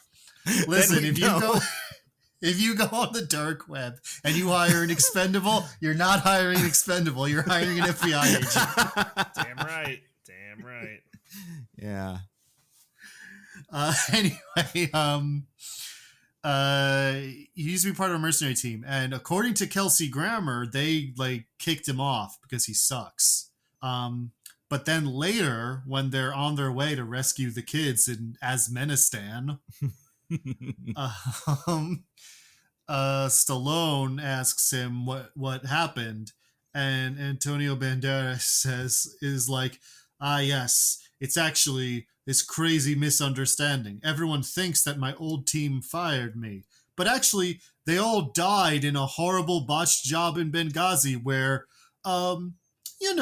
we people didn't send reinforcements for us mysteriously. Yeah, like it's not that Benghazi. You're thinking, no, it just was in Benghazi, and it was the thing that the conspiracy people think happened. But it wasn't that Benghazi. It's just a completely different thing that happened. Well, now I'm curious because I don't know, when was Benghazi? Like Benghazi. When did that happen? Did they just get really unlucky and do this before? Oh, no, so was this the year before? No. Oh man. No. It's definitely older than that. 2012 it happened. Yeah. So they knew what they were doing. It feels like they knew. Maybe they didn't know. Maybe it was like, I gotta pick a name for a city. Oh, you know what? Why? I feel like Benghazi is in my head. Yeah, let's do that one. That can be where they go. It's seems quite improbable. Yeah. I mean, do you think they did homework on this? Do you think they checked? Absolutely not. I think they don't know which of those cities and countries are real and which ones aren't. They're just kind of going with it. I also think it's just as like Weirdly, responsible that everything group of people's writing this movie. Weirdly, everything in this movie is real except for Asmenistan. Yeah. Yeah, right. I That's do like- true. Why say Benghazi? Why not make some shit up? Yeah. Bagdazi or something. Yeah, you like know? make it close, but like I see what you're doing, movie. No, they just fucking say it. But besides the insanity of it being Benghazi, like, why does Kelsey Grammer think that? Yeah. It's not like the other team members came back and were like, oh, he sucks, and actually he did something that saved them all, and they were jerks, or they don't want to admit it or something. It's they're fucking dead. Yeah. And he's the only one who came back alive. Why is your assumption in that scenario that they fired him? I don't know. Maybe they fired him right before Benghazi, and it's just kind of a coincidence that they also did Benghazi that day. They fired him for like taking too many coffees home or something from the break room. And then the one job left, and then you're out. All right, let's go. What does it say? Benghazi. All right, let's go. Do you think maybe Kelsey Grammer just really doesn't like him? And so when he came back, as he was the only person who came back from that mission, he was just like, they must have fired him right before they went on the mission where they all died. That's the only explanation. It's weird because, like, you figure for Kelsey Grammer's guy, give him everybody. Who gives a shit? Give him all the Expendables he can carry. It's no reason. He's not going to be a hindrance. I mean, he kind of could be, I guess, if he's annoying. But, like, it's better to have him than not on the suicide mission, I imagine. Yeah, the crazy thing about this is it seems like a large part of the reason they're rejecting him in this moment is like, he's too old. This is a young man's game. It's like, you're the leader of the Expendables. What are you talking about? It really doesn't make any sense. I love it though. I like him in it. I think he's funny.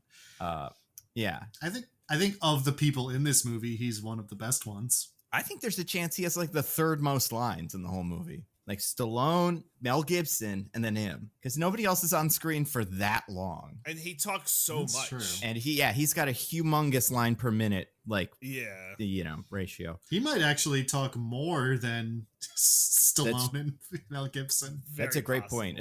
Especially because like all the Stallone conversations are like, Statham will be like, we got to do Expendables with you. And Sylvester Stallone will like pause and go, no. And then they'll be like, you're out or something. But it's always like one or two words.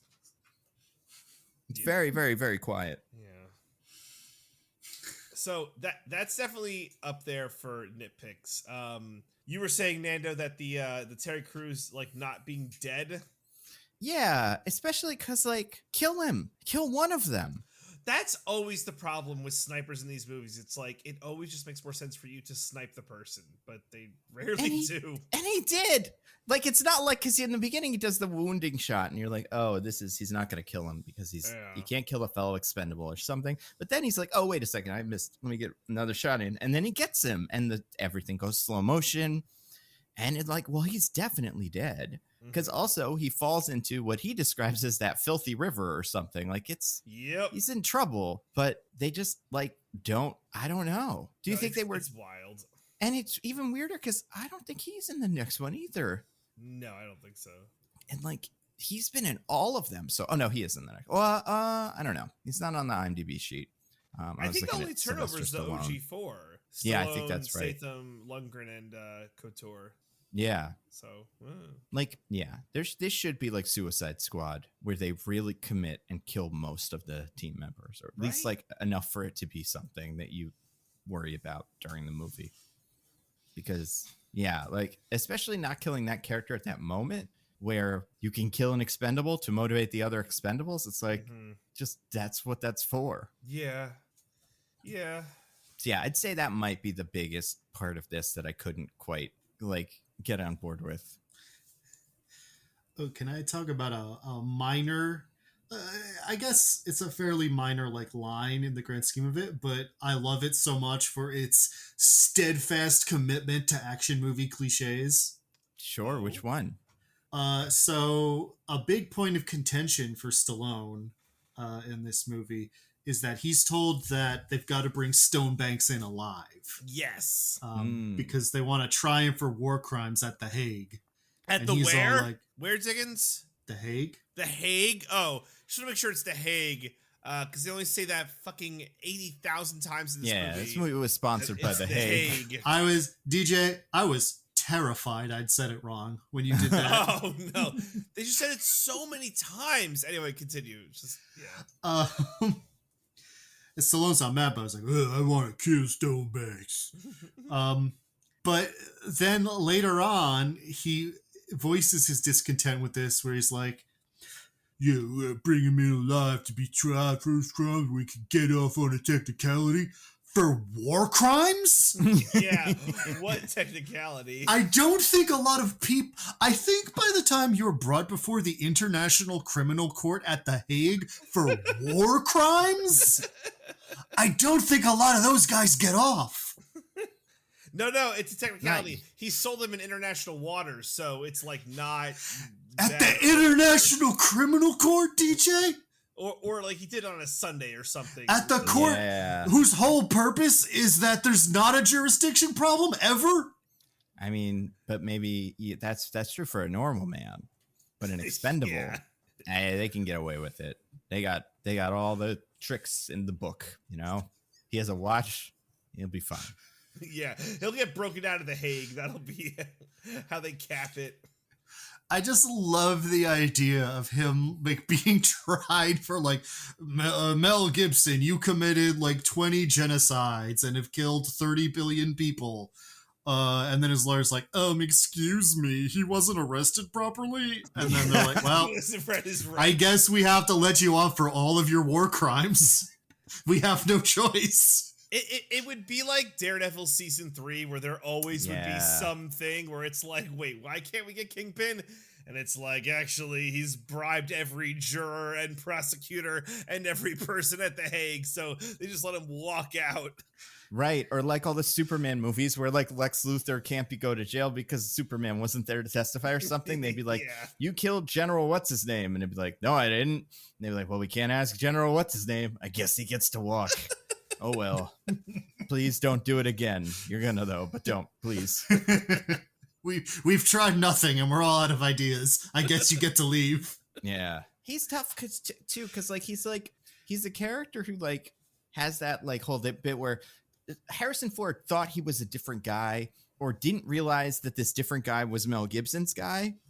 So it does feel like you'd have a hard time convicting him anyway. This person that he actually is presumed dead. So like, I don't know, just get caught and be like, no, I'm not that Victor guy. I'm Stonewall or whatever. And they'd be like, oh, okay, sorry. Well, Stonebanks is also wanted for war crimes, it turns out. Oh, that sucks. That's how they get you. Everybody's wanted for war crimes. And then they just decide who they want to pull in and who not. God, you commit just a few war crimes and suddenly everyone wants all your identities. Yeah. What did you guys think of, well, let's see. All right, real quick, get out of the way. Mel Gibson in this movie. I didn't think he was very anything. I feel like he had I was kind of waiting in this movie for like, to go like, fuck, he sucks, but he's good in this. But I don't think he is. No, I agree. Like, he's just phoning it in. It's one note the whole time. Yeah. It's like, I feel like at first, like when you first see him talking, it threatens to be fun. Mm-hmm. But then it doesn't like go anywhere because like all his backstory and stuff doesn't make any sense. And like we never like deepen their history at all. Right. And he has that monologue where he's in the truck and then the one later when he's talking to the kids and he's like, you know, the Expendables were an army for the government, but then the government wanted to get rid of us, so they killed us. And it's like, it's bordering on like, you see, actually, the Expendables are the bad guys, and the government and Harrison Ford is the bad guys, and I'm actually the good guy. But his character also is like, but yeah, I'm selling nukes to some guy. I'm not a good guy either. I'm nothing. There's nothing for me to do besides just kind of be mean and stuff. And like, there's a version of this, like there is in almost all of the Mission Impossible movies, where the bad guy is some former MI6 agent or whatever with some semi-legitimate gripe against, or not MI6, excuse me, IMF agent, some semi-legitimate gripe against IMF, and then you just kind of go from there. But he both has that, but it's you can't use it to like make him sympathetic or anything because he's so bad from the beginning. It's not and good. he's Mel Gibson. And he's Mel Gibson. Yeah.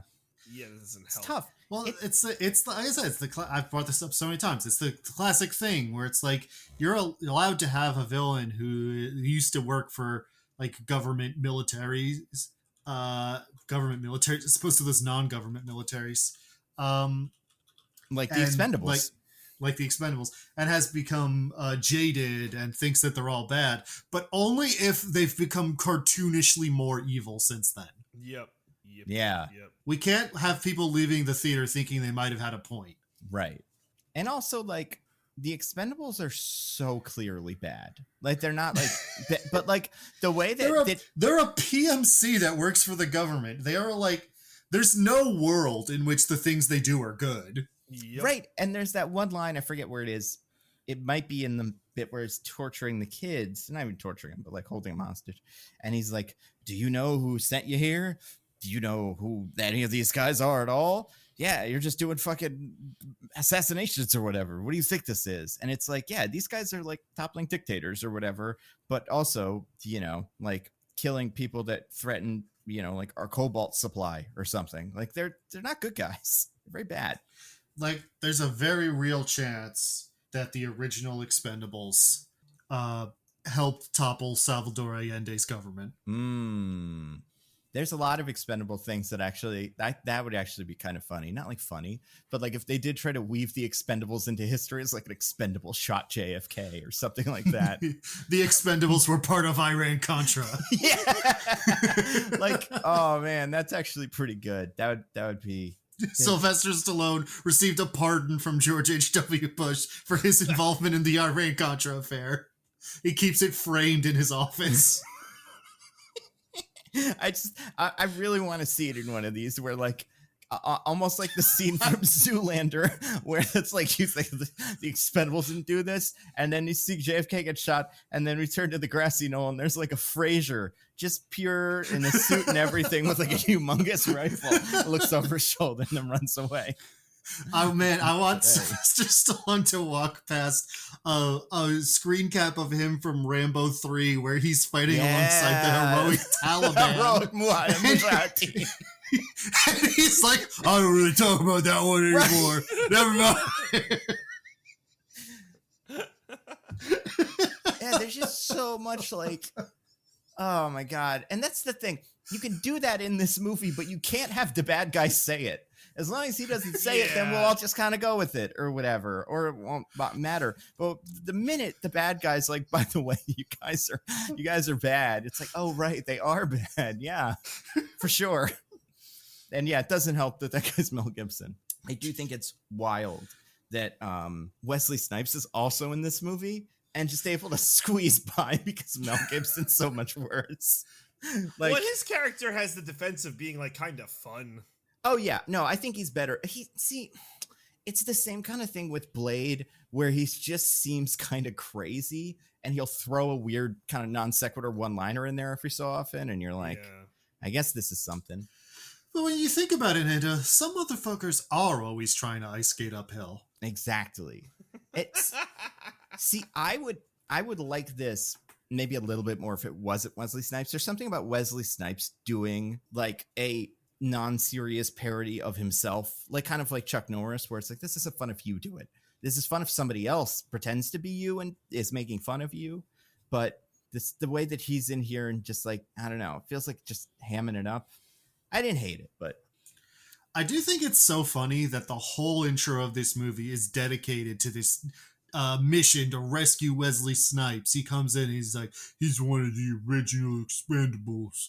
So there since the old days, and like has his like, you know, haircut and suits up and is like, all right, I'm part of the team now, and then never matters again for the rest of the movie. Yeah, you forget he's there.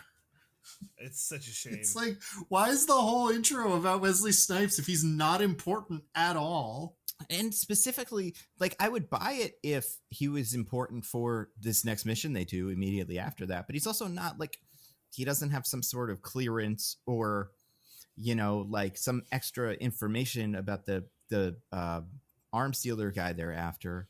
and like they almost die a couple times on the mission to rescue him. Yeah. So like, what are you gonna tell fucking, Harrison Ford afterwards? Oh, did you get him? No, they exploded because their helicopter flew too close to the train. They never made it to get the gangster guy. They never made it to Somalia. Apparently they were down in South Africa, assuming that he's being held in the country where he tried to assassinate someone. I'd have to assume, although I don't know what those prison guards, if they had like a look to them. I wasn't able to like match that to anything. Yeah, I think they're also speaking a language, but it's not a language I was able to identify by sound alone. Yeah. I do think the bit where the bits of this movie that I liked were the bit where like the guy in charge of the prison is always standing in front of his portrait and stuff like that. Like that's kind of fun. Or at the end, when he's just standing there watching the train come in as they all fucking die as it blows up. Yeah, or the bit where like where what's his name? Where Wesley Snipes decides to just take the biggest gun on the train and just shoot it at the whole thing. Like this is the end of like a time crisis level, and just the whole building is exploding left and right, and then the train goes into it. Like that stuff is kind of cool. And the whole idea of helicopter versus train is something. Like yes, you could pitch that action scene, and I'd be like, that's kind of fun when they hide behind the train. Like that's good. But yeah, we never get anything that interesting beyond that opening scene. By the way, I'll give you a candidate for insane nitpick. The fact that he fucking just dry shaves with a knife and like clean shaves no problem. Yeah. Do you think he did that in real life? I can't imagine how, but that would be sick. Anybody but Wesley Snipes, I'd be like, that obviously was a prop or something. But there's a part of me that's like, maybe he did it. And we'll find out in like 10 years when Jason Statham's doing interviews and he's like, you'll never believe what that fucking lunatic did on set. Can you imagine if he just like went to the director and be like, yo, it was something fucking crazy, and just like check this shit out? I mean, that's the kind of shit he did on Blade. Like, he is notoriously so unhinged that, yeah, I totally believe he improv that scene where he almost cut his face off. Is there? What, you guys have never taken like a big knife and just chopped off your beard? I do it all the time. I mean, I have a safety big giant knife. I have like a humongous hunting knife the size of like 2-liter bottle of Coke, but it has like a little thing on it so it doesn't cut my face off. So you're a coward. Yeah, I'd recommend it for people that want to look cool in front of their expendable friends, but want to keep their skin on their face. Yeah. It's really important to have skin if you're an expendable. Although you could probably be cool without it. Really, just for anyone. It's important to have skin for nearly anyone on the earth. Oh my god, yeah, it's a huge plus if you got skin. Cannot wreck it enough. That's our wreck tonight. Skin. Yeah, skin. Yeah. It's a giant it's an organ. It is. It's the largest organ in the human body. Largest organ in the human body. Unless you accidentally cut it all off, then what do you got? Do you guys think there's any chance that Wesley Snipes shows up in the MCU as a version of Blade when they do their whole big Secret Wars thing? See, like Mel Gibson, I'd kind of like to believe he's too canceled to do it. But then I'm like, maybe he's not, though. Maybe everybody like doesn't count it. I don't know. I also think if we don't have regular Blade yet, which it seems like that movie will never be made, I don't think we'll do second Blade. Like, I think if we get first Blade, if we get Mahershala, maybe we'll get him, but I don't know. I don't think it's going to happen. What about you? I mean, I feel like anything's on the table. How canceled is Wesley Snipes? How canceled is he, or how canceled should he be? Canceled should he be? I'll be honest. The only thing I know about him is the income tax thing. Exactly. Which is, not great, but yeah, no, he beat up Halle Berry.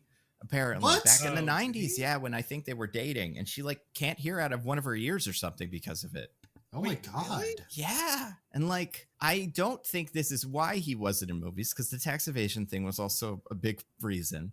But I also think that plus Patton Oswalt talking about how impossible he was to work with in Blade 3, plus the tax evasion thing. We're like, I just don't think anybody would want to hire him anymore, except for people that are exclusively hiring actors who were popular 20 years ago, because then it's like, yeah, he does fit that role, and there's very few actors that do. But yeah, I don't know. I feel like somehow he was able to skirt by on what seems like it's pretty serious. I mean, even if you Google Wesley Snipes, it's just because I checked this and it's true. But if you Google Wesley Snipes domestic abuse, first thing that comes up is Patton Oswalt Blade. And then second thing is the Halle Berry thing. Yeah. Wow. So Well, good it's for not him. not good. But All right, so never mind. I don't think he'll be in any kind of. I mean, the fact that we don't even like, that it isn't something that we all know about means I think he could probably get away with it. But yeah, it's Maybe they'll make him Kang. That's how they'll do it. They'll be Oh like, my "We got a new God. Kang, No, no. Wesley Whoopsies. Snipes." they just can't help themselves. I mean, like, Someone honestly, goes up to Kevin Feige like, "Don't worry, boss. I just cast a great new Kang. Yeah. I haven't Googled his name for any controversies yet, but I'm sure it won't be anything like what we're already going through." yeah, it's so tough too because like those movies are so far away. Like the next one of those Yeah. with him in it, although there were rumors that he was going to be in like, I don't know, the next season of Moon Knight or something, and obviously he's in Loki in like a week, but like the rest of it, or like a month, I guess. But like Avengers, Kang Dynasty is supposed to come out in like 2027. That's so far from now. It's crazy. But I mean, we still haven't found out what happened with that. That's still trial's still in the air and all that. Just it's great. Everything's cool. Yeah. What else is weird about this? Are there any other nitpicks from this movie? I mean, besides the fact they should die 30,000 times, they don't. Yeah, I mean, That it's explosion at the beginning of the movie alone should have killed all of them. I mean, listen, that's the eternal action movie nitpick for every action movie ever made. Yeah. like, I am with only- Nando. The like I get like explosions. It's like, oh, explosions, but why have him thunk his head on a rock? Yeah. And like it's fine. Like you put it in there on purpose. I really don't know. I'm curious because I already voiced my opinion about this. Do you guys agree with Sylvester Stallone that this movie would have been better received if it was R-rated? I think so. I don't think so because I think the first one, like I said, the first one's R-rated, and there's a lot of that like bullets cutting guys in half stuff, and it didn't work then either. Like it needs to be, if they were gonna do an R-rated version of this, it would have to be like The Raid, where like guys are cutting each other in half with knives, and then it's like kind of. Oh man. Well, yeah, and I want to say somebody from The Raid might be in the next one. Tony Jaa. Isn't Tony Jaa? The other guy, Iko Uwais. I think he's in The Raid, right? It's been a while since I saw it, but the guy that played one of the Hard Master or whatever in fucking Snake Eyes, remember that? Yeah. The guy who had nothing to do except hold a bowl for most of the movie. He's yeah, he's in the new one, and he was in Raid.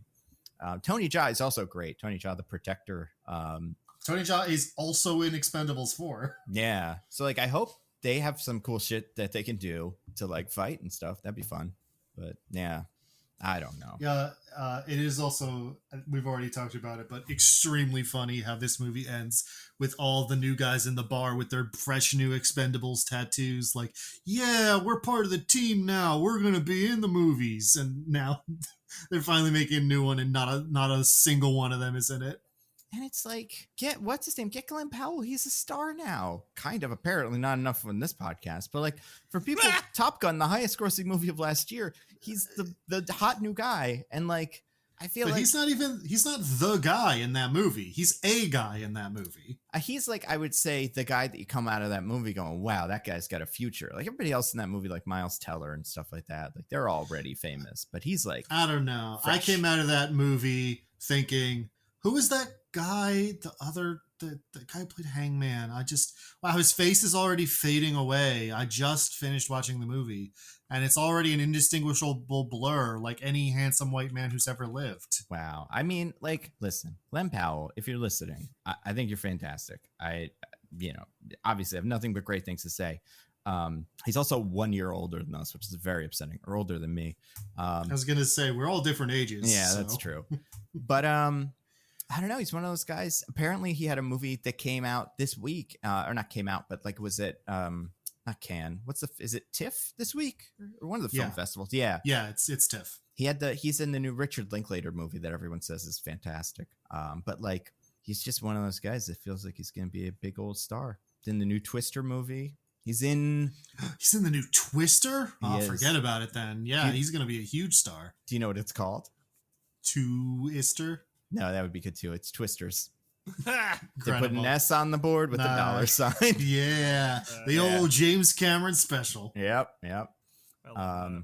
Speaking of movies that didn't come out, well, actually, real quick, he's also in a movie called, and this is not related because I just checked. He's in a version of Most Dangerous Game, but it is not the. It is not our favorite. No, it's not TV the show original. movie. Although, how about that guy that had lost that fight? And I'm like, oh, it's Victor Suero again. We got him back, baby. He'd be a good expendable. I mean, he could have been. Like, it's that kind of character of like, he just loses a fight and he's cool and tough. But have you guys ever heard they were going to make a female Expendables? This was supposed to be what came after this. Yeah. Like Sigourney Weaver and stuff. Yeah, I don't know if we ever got like a full cast. I want to say, what's her name? Blindside. I don't think we got a full cast because I think it died in pre-production. Sandra Bullock? I think Sandra Bullock and Sigourney Weaver are supposed to be on it. Those are the only two I can. Yeah, I'm trying to find it now. Ocean's 8, but you know. Yeah, exactly. It's a shame. Sure, why not? Because, like, yeah, they deserve women deserve a shitty Expendables movie too. Why men have been hogging all the Expendables movies? Women should be allowed to make as many bad movies as they want and still be famous, just like these guys. Exactly. Okay, hold on. I do have actually some lists of people that were maybe going to be in this. These are pretty fun. Okay. Sigourney Weaver reportedly passed on a role for the film, so there's that. Mila Jovovich, Cameron Diaz, and Meryl Streep were suggested by producer as being considered for roles, but were not linked to it ever. Gina Carano was going to be in it, it seems like. Yeah. Yeah. The Ronda Rousey of her era. That's exactly right. Ronda Rousey, but worse somehow. And like, yeah. Oh, God. Zoe Bell apparently was connected, which makes sense. She's a famous stunt woman. Where is the rest of these? Or she wanted to do it with Carano, Ronda Rousey, which would make sense. Like spin her off into this. Michelle Rodriguez, who also feels like she'd be right at home in one of these. Angelina Jolie was being pursued for the project. Sure. And then other names are Katie Sackhoff, Halle Berry, Carrie-Anne Moss, and Gina Davis. Oh, and then a bazillion others actually here. Charlize Theron was claimed as being considered. Yeah, I could have seen this. Could have worked. Would have been fun. I mean, I guess. I mean, in the sense that any movie could be good. Yeah. Yeah. Well, it does seem like the rule is one woman per Expendables movie now, because we had Ronda Rousey in the last one, and this one has Megan Fox, the new one. Did 1 and 2 have any women in them? Oh, no, not at all. I mean, probably somebody was in it that was a woman, but it was, as far as expendable, team members that were women. Those are the only 2 members of the crew. So that's the progress we've made over the past decade and a half or so, is that now we're allowed to have one woman in an expendable movie. Yeah, they should have put that at the end of Barbie. It's like maybe on the Supreme Court, only when you'll always have the amount of Expendables that are women in Expendables movies. Not one more, not one less. Wait, in Barbie Land, in the Barbie movie, do they make the Expendables, and that's the main franchise? Oh my God, that is what happens. And the progress is that there's a single Ken in the next Expendables. Mm-hmm. That would be so great. I feel like, I don't know. It definitely didn't work, and the movie is like these movies are not good. I wonder, do you think people would be excited, or people would be like, we don't want one? Don't get us involved. Get us away from us, yeah. Yeah. Wait, if what happened? If the Expendables, like, do you think that women would come out for Expendables? Would they get excited about it? Or absolutely not. Yeah, right. Like, I don't think there's an audience for it. I don't think the reason why people don't see. I don't think the women who don't see movies like this, the reason is because there's not women in them. I'm sure it doesn't help, but I don't think that's the reason. Yeah, I think that's right. What else? Anything else about this? Is it woke? Oh, I mean, it can't be. Yeah, it's gonna be really hard to out-woke Mel Gibson. It's such a humongous woke deficit just from hiring Mel Gibson. Like he what could they possibly? So I don't know, maybe that. Yeah, but not because of all the things he said, just because of he's a bad guy. And he doesn't shoot as fast as Barney Ross. Yeah, do that hammer gun thing. Who is the Hague? Did you guys know that? Oh my God! I am the Hague is an incredible kill line. Yeah, that's actually I like that. Like as you die, you're like, wait, what? Bang! Like yeah. I I looked it up later, and a thing I found online suggested this was a reference to him being Judge Dredd, who shouts, "I am the law." Oh, And sure. I'm like, is it though? I Is think, it? yeah, it feels intentional enough. It doesn't work well enough, but I mean, this is within 5 minutes of Arnold Schwarzenegger shouting, "Get to the chopper!" well, exactly, God. yeah. And he even had Classic. one of those earlier in the movie too. I feel like Arnold Schwarzenegger says like, "We have to get in the chopper" when they're about to do the big heist, like thingy, and then he does it later too. And at the end, Stallone's like, "I thought you retired," and he goes, "I lied." Yeah, Also great. I liked it. Fun. I hope that he got paid and they said we'll give you $1 million in this movie if you'll say get to the chopper, and he put it in twice and he was like $2 million please. You didn't say how many times. I said If only he times. If only he had been part of the recruitment montage with Kelsey Grammer. So when Kelsey Grammer told the whole story and I was like, I was lying, he could have been, wait, it's not a tumor? Oh yeah. That would have been great. Oh man. Yeah, I don't know. I don't think this movie is. I mean, it did have one, woman expendable. So that's I mean, without the I Mel will Gibson say, of it all, I think it might be woke. I don't know, Benghazi's there. Yeah, that also makes it feel like it's impossible. And they had a fascinating discussion on the Discord recently, where they pointed out that something does not have to be anti-woke to be not woke. I think that's true. I, however, do think this is anti-woke. Yeah, again, just the presence of Mel Gibson alone. Yeah. The only part of this that also I'm like a little bit woke is like in the first one of these, it was like, I want to say it was all white guys and Terry Crews. The team has gotten more diverse as these movies have gone on. So there's that. Yeah, there's a woman and there's Antonio Banderas. Yeah, and Victor Ortiz. And Victor Wesley Ortiz, Snipes, right. second black guy. So that's pretty good. Well, but honestly. we could only get that's true. a new black guy by taking out the old black guy. It really is. It's a static number of black guys. It's like that it's like that fucking thing from Not Another Teen Movie where the one black guy at the party sees the other one and then they like tag out. Have you ever seen Not Another Teen Movie? I was thinking about that this week. I have not. It's funny. It's good. I have, but it's been a long time. Yeah. I mean, parts of it are bad, but some of it holds up. Yeah, I think overall it's one of the least woke movies we've ever done. We could do that movie about like fucking adrenochrome and stuff that came out this year, Sound of Thunder or whatever. That might be less woke than this, but that's about it. Like, we could go in one of those empty movie theaters that the billionaires bought all the tickets for. Yeah, someone's gotta. I love those. I mean, do you think you could go into that theater and it's empty and then be like, yo, can you just play like something else? I'll tell them I watched Sound of Thunder, but can we watch Gran Turismo or something? I want to watch this. Yeah. Free movie theater. What are they going to do? Yeah. And I do think, so we'll do this in 2 weeks, Expendables 4. No early reviews or anything like that. I don't know if it's good or bad. But yeah, I want to see, because Spy Kids, it's called Spy Kids 4. That can't be right. There's also, I believe, the new Hercule Poirot movie is coming out. Oh, yeah, that's right.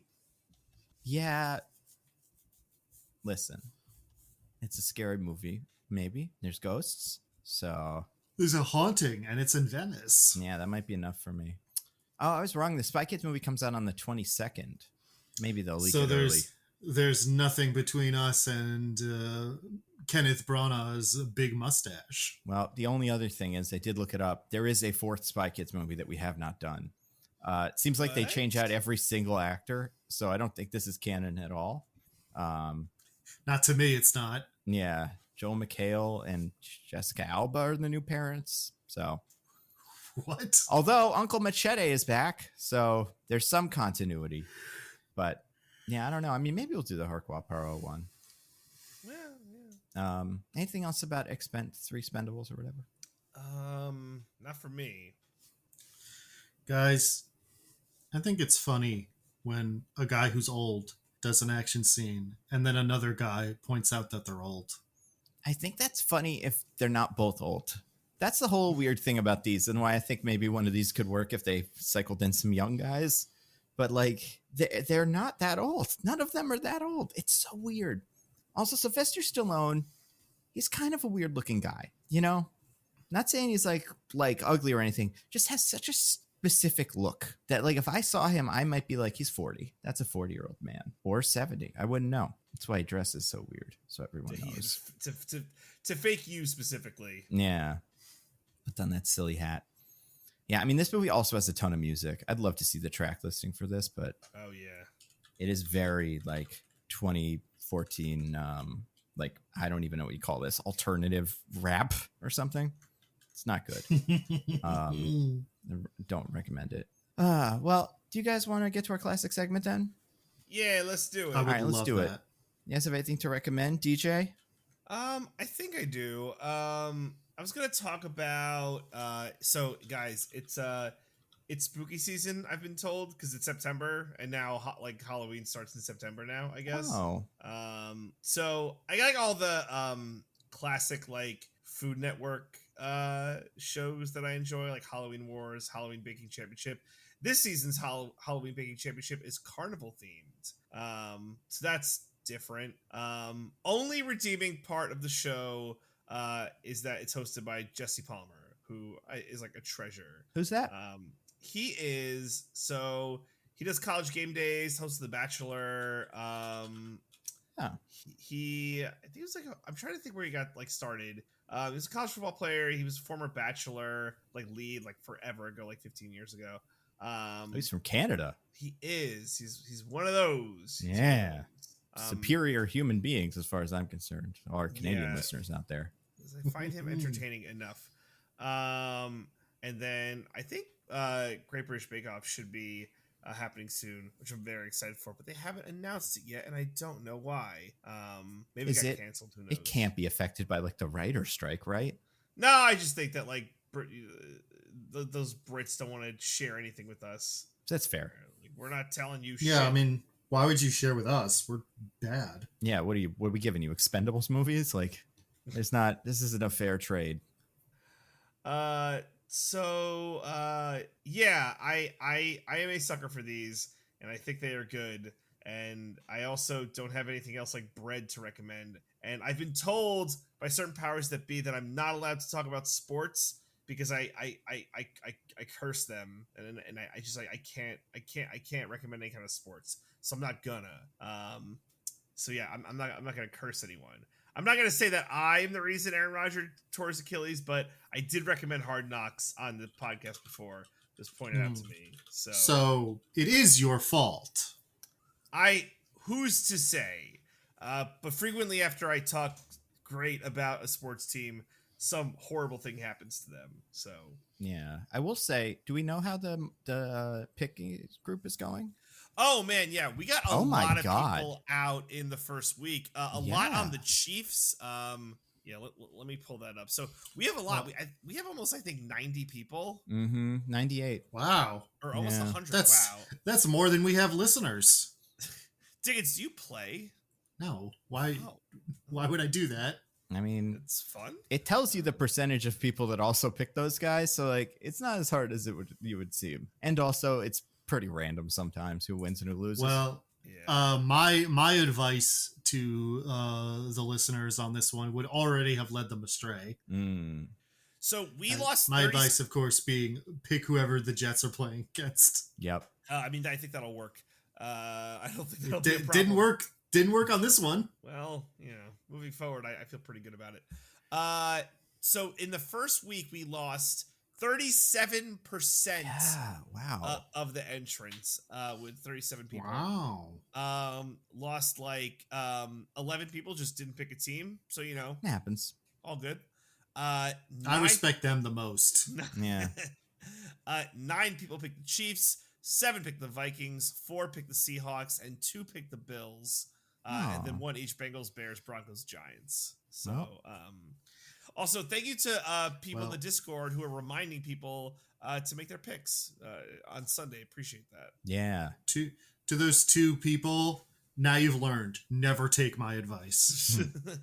The Jets are playing the Cowboys this week. That's going to be an interesting one. I actually am picking the Cowboys this week, which means now that they're going to lose and I'm probably going to be out of the eliminator. But, I mean, good. You guys got the Patriots this week. If you wanted to put your money where your mouth is, this would be. I'm saving the Dolphins for a good week. When I really. Why would I put my money where my mouth is? It's not food. I mean, you can probably digest. Well, you probably can't digest money. You probably can. I don't think I would get sick, but it's so wouldn't really give me much nutrition. Yeah. Does the stuff I eat give me that much nutrition though? Really? That's a fair point. It's gonna give me more nutrition than like Cheetos. I don't show a lot of concern for that in my daily life. Yeah. Well, I will not recommend eating money, but the rest of that stuff for legal reasons, we cannot stress enough. We do not recommend eating money. But yeah, it's all I got. Sorry for the light week. I think I'll have something really good next week. Teaser.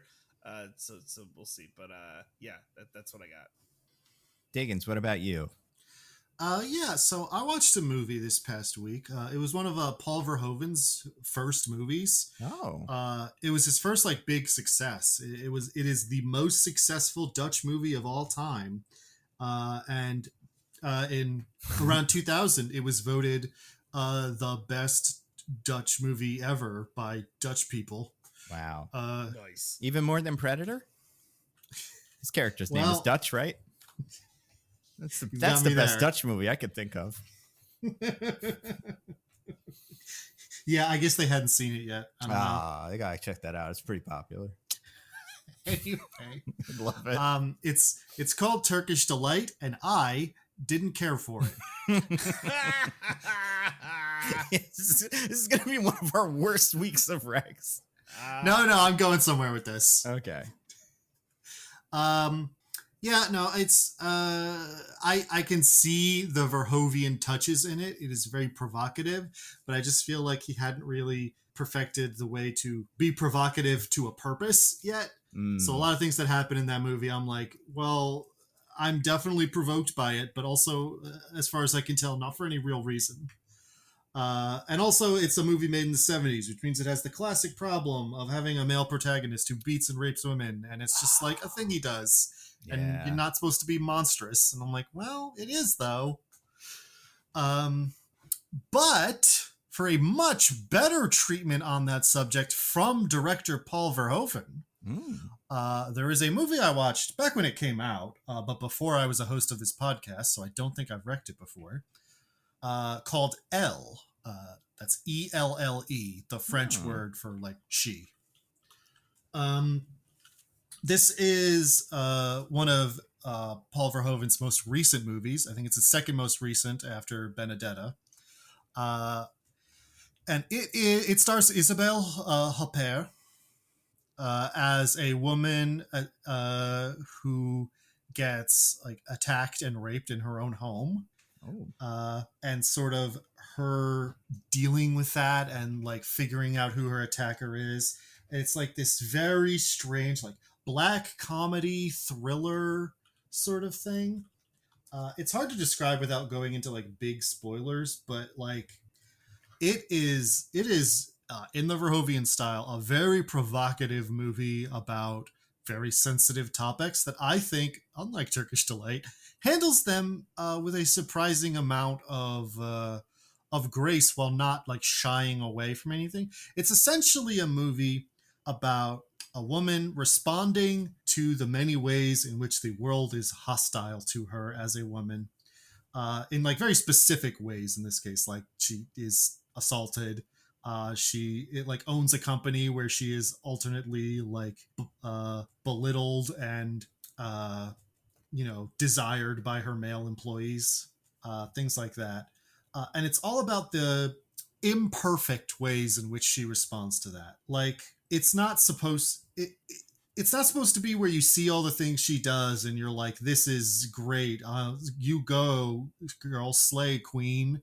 It's supposed to be kind of fucked up and not great, but also really makes you understand she doesn't have good options here. And she's doing what she can to try to reclaim some of her, autonomy and sense of self. And I think it just does a really good job of walking that very delicate line in a way I didn't think Turkish Delight did. So I'm wrecking L. That's a 2016 movie by Paul Verhoeven, starring Isabelle Huppert. Because I think it is, it's cool and not woke. No, I'm joking. I'm joking about the not woke thing. I had a whole a thing I never wrote about how it is genuinely like provocative and like boundary pushing in ways that saying you should be allowed to say the N word isn't. But yeah, no, I really, really enjoyed that movie when it came out, and you should watch it if you never have. It's great. What about you, Nando? What do you have to wreck? I also don't have too much. I watched some things since last time we talked, but nothing really good. Nothing I love. Like I watched that movie, The Voyage of the Demeter, and I think it's okay, but I didn't really like it. Have either of you seen it yet? No. When the reviews were bad, I got dispirited. Yeah, it's like, you guys, he's on the boat somewhere. Go get him. It's daytime. See if you can find Dracula now. And they do. But it's just like, there's nowhere for it to go. And, it's like, whatever, sentence in the book. So what do you think? But like, I do think there were options, or like there were things you could do to make this less just like, oh, and Dracula gets this one this night. But yeah, I didn't really love it. It's not like terrible. It's fine. I've been watching a lot of Modern Family and stuff like that. Catching up on what's that movie or show, Physical, which I do think I like. I will say I read a book this week for YouTube purposes only, for work. And it's that Ant-Man you book would that never read one otherwise. My God, no. If it doesn't have the word Marvel on the cover somewhere, I'm not reading it. And this one did. It's that Ant-Man book that they should have released when the movie came out. And it's fine. It's not anything exciting, but it is, it's okay. It's insane that it came out last week. I have read a bunch of comics this week, so I'll take 3 that I don't think I've recommended these yet. So I think I got these. When did we last record? I think it was later last week, right? Was it? Time is meaningless. No, I think it was like Tuesday or Wednesday last week. Okay. So there's a good chance I have not recommended these. 3 comics that I like that I have in my hand right now are the newest Alpha Flight by Brisson, Galuski, and Milla. Yeah, Alpha Flight. You guys know Alpha Flight? Yeah, they're the Canadian team. Yeah. It's a Canadian Avengers, kind of, because there's some of them are mutants, but they're not all. Some of them are just like a weird god or a Doctor Strange or whatever. And they're doing stuff now, and it's cool. It's like they're after the Krakoa incident, where mutants are now illegal and stuff. They have to hunt mutants, but they don't want to. So it's about that. I think it's pretty good. Birds of Prey had a new book, came out. Thompson, Romeo, and Belair. It is. It's a fun team. It's Cassandra Cain. Black Canary, obviously, she like leads the team. Harley Quinn, because that's the rules. Big Barda, who I think everybody loves. I'm furious that they made her divorce. It's like, I think as a part of this book, she's fine. We haven't really spent too much time with her, honestly. Out of everybody, I'm like, I don't really know what her deal is. Well, it's a decision they made before that book, I'm pretty sure. Oh, okay. I'm just still furious about it. I mean, he's got a lot going on, and maybe they just have to figure themselves out. I don't know. They were in love, Nando. They were in love. True love should never end. It should never be. It should transcend height and aptitude and all the other things that is very different about those two. And then there's the 5th character is a character called Zealot that I wasn't super familiar with before. I think she was a Wildstorm character. But yeah, that book is fun. I feel like if they do what it seems like they're going to do and change the team out every so often and do make it this kind of rotating roster of like, here's the new one after like 3 or 4 books, it could be a lot of fun. Last one, Fire and Ice by Stera Bustos and Bon Villain. These guys, speaking of Big Barda, are other like kind of 80s Justice League international characters. One is a supermodel turned spy turned fire hero, and the other is an Icelandic snow god who got resurrected and turned into an ice superhero. And I think this one you did wreck last week. It sounds familiar. Yeah, this book's just great. I really like this book. I may have wrecked all of these then. So buy them again, everyone. Go back to your store if they still got them, because they're flying off the shelves after my recommendation. But that book is fun because they run a hair salon. That's all I got. What are we doing next week? We still don't know, right? I don't think so. Are we doing? I'm pushing to be. Listen, we can. Well, it's not going to be out till the 22nd. So Spy Kids 4, right. the one that is out now. Though. Oh, we could do that, or we could do A Haunting in Venice, or guys, what if the Pope had an exorcist? Oh, the Pope's Exorcist. Man, you really are pushing this one, huh? I want it so bad. Yeah, I mean, it's at home. That's always nice. We can put a poll up on Discord again. By the way, plug for listeners to go on the Nando View Movies Discord to the Mostly Nitpicking channel. Yeah, that's where we say what we're doing a lot of the time. It's a very good way to keep up. That might be where polls exist now. Yeah. Because they're just going to get lost in the X just crashing. That's true, yeah. I'm surprised it's still going, honestly. Did you see you got rid of, you can't see how many people quote tweeted your tweets? Now no one will know when I get ratioed. Yeah, exactly. I'm not owned, you're owned. Yeah, we'll figure it out. Pope's Exorcist might be the play. I don't know. Do you guys have anything to plug, DJ? Start with you. Just the typical roses and rejections. We'll be going over the Love is Blind season 4 After the Altar, and some Golden Bachelor / Bachelor in Paradise preview stuff. So look out for that on the Pop Break podcast feed.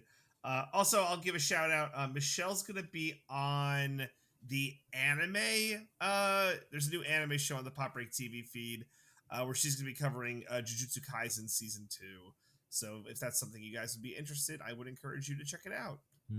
Very good. What about you, Diggins? Anything to plug? Nope. What about you, Nando? Nothing since last time. All the same stuff, except my video about the Ant-Man book, which is on the Nando Cut channel. And listen, it's good. I think it's a good video, but also if you don't want to read the book, it's a good way to find out what's in the book, but not like in a way that like cheats the book, but in a way that's like, if you just were curious about what this book is, I'll tell you. You know what else we could do? We could do One Piece. I don't think we will because it's way too long. But that is something that I started this week and got about 10 minutes into, and then something happened or whatever, and then I stopped watching it. But I was liking what I was watching. I think it was good. I think the Monkey D. Luffy is good. Like, they got the right kid for it. So, I don't know. We can always make Diggins suffer and make him watch Secret Invasion. That's the other. Oh, my God. I forgot about that. We could, you know Oh, what? no. Could also do some Ahsoka. We could get a little bit of Ahsoka in. We want to kill Diggins. Yeah. We could do both of them. You could be the most lost. I hear the one that aired tonight is very divisive. It'll blow your mind. It's what the people wanted. Yeah, I don't know. We'll figure it out. But yeah, until next week, I've been at Nando V Movies on Twitter. I'm at Zippy by Day. I'm at This Is an Odd Name. Goodbye, everybody. Goodbye. Woo-hoo!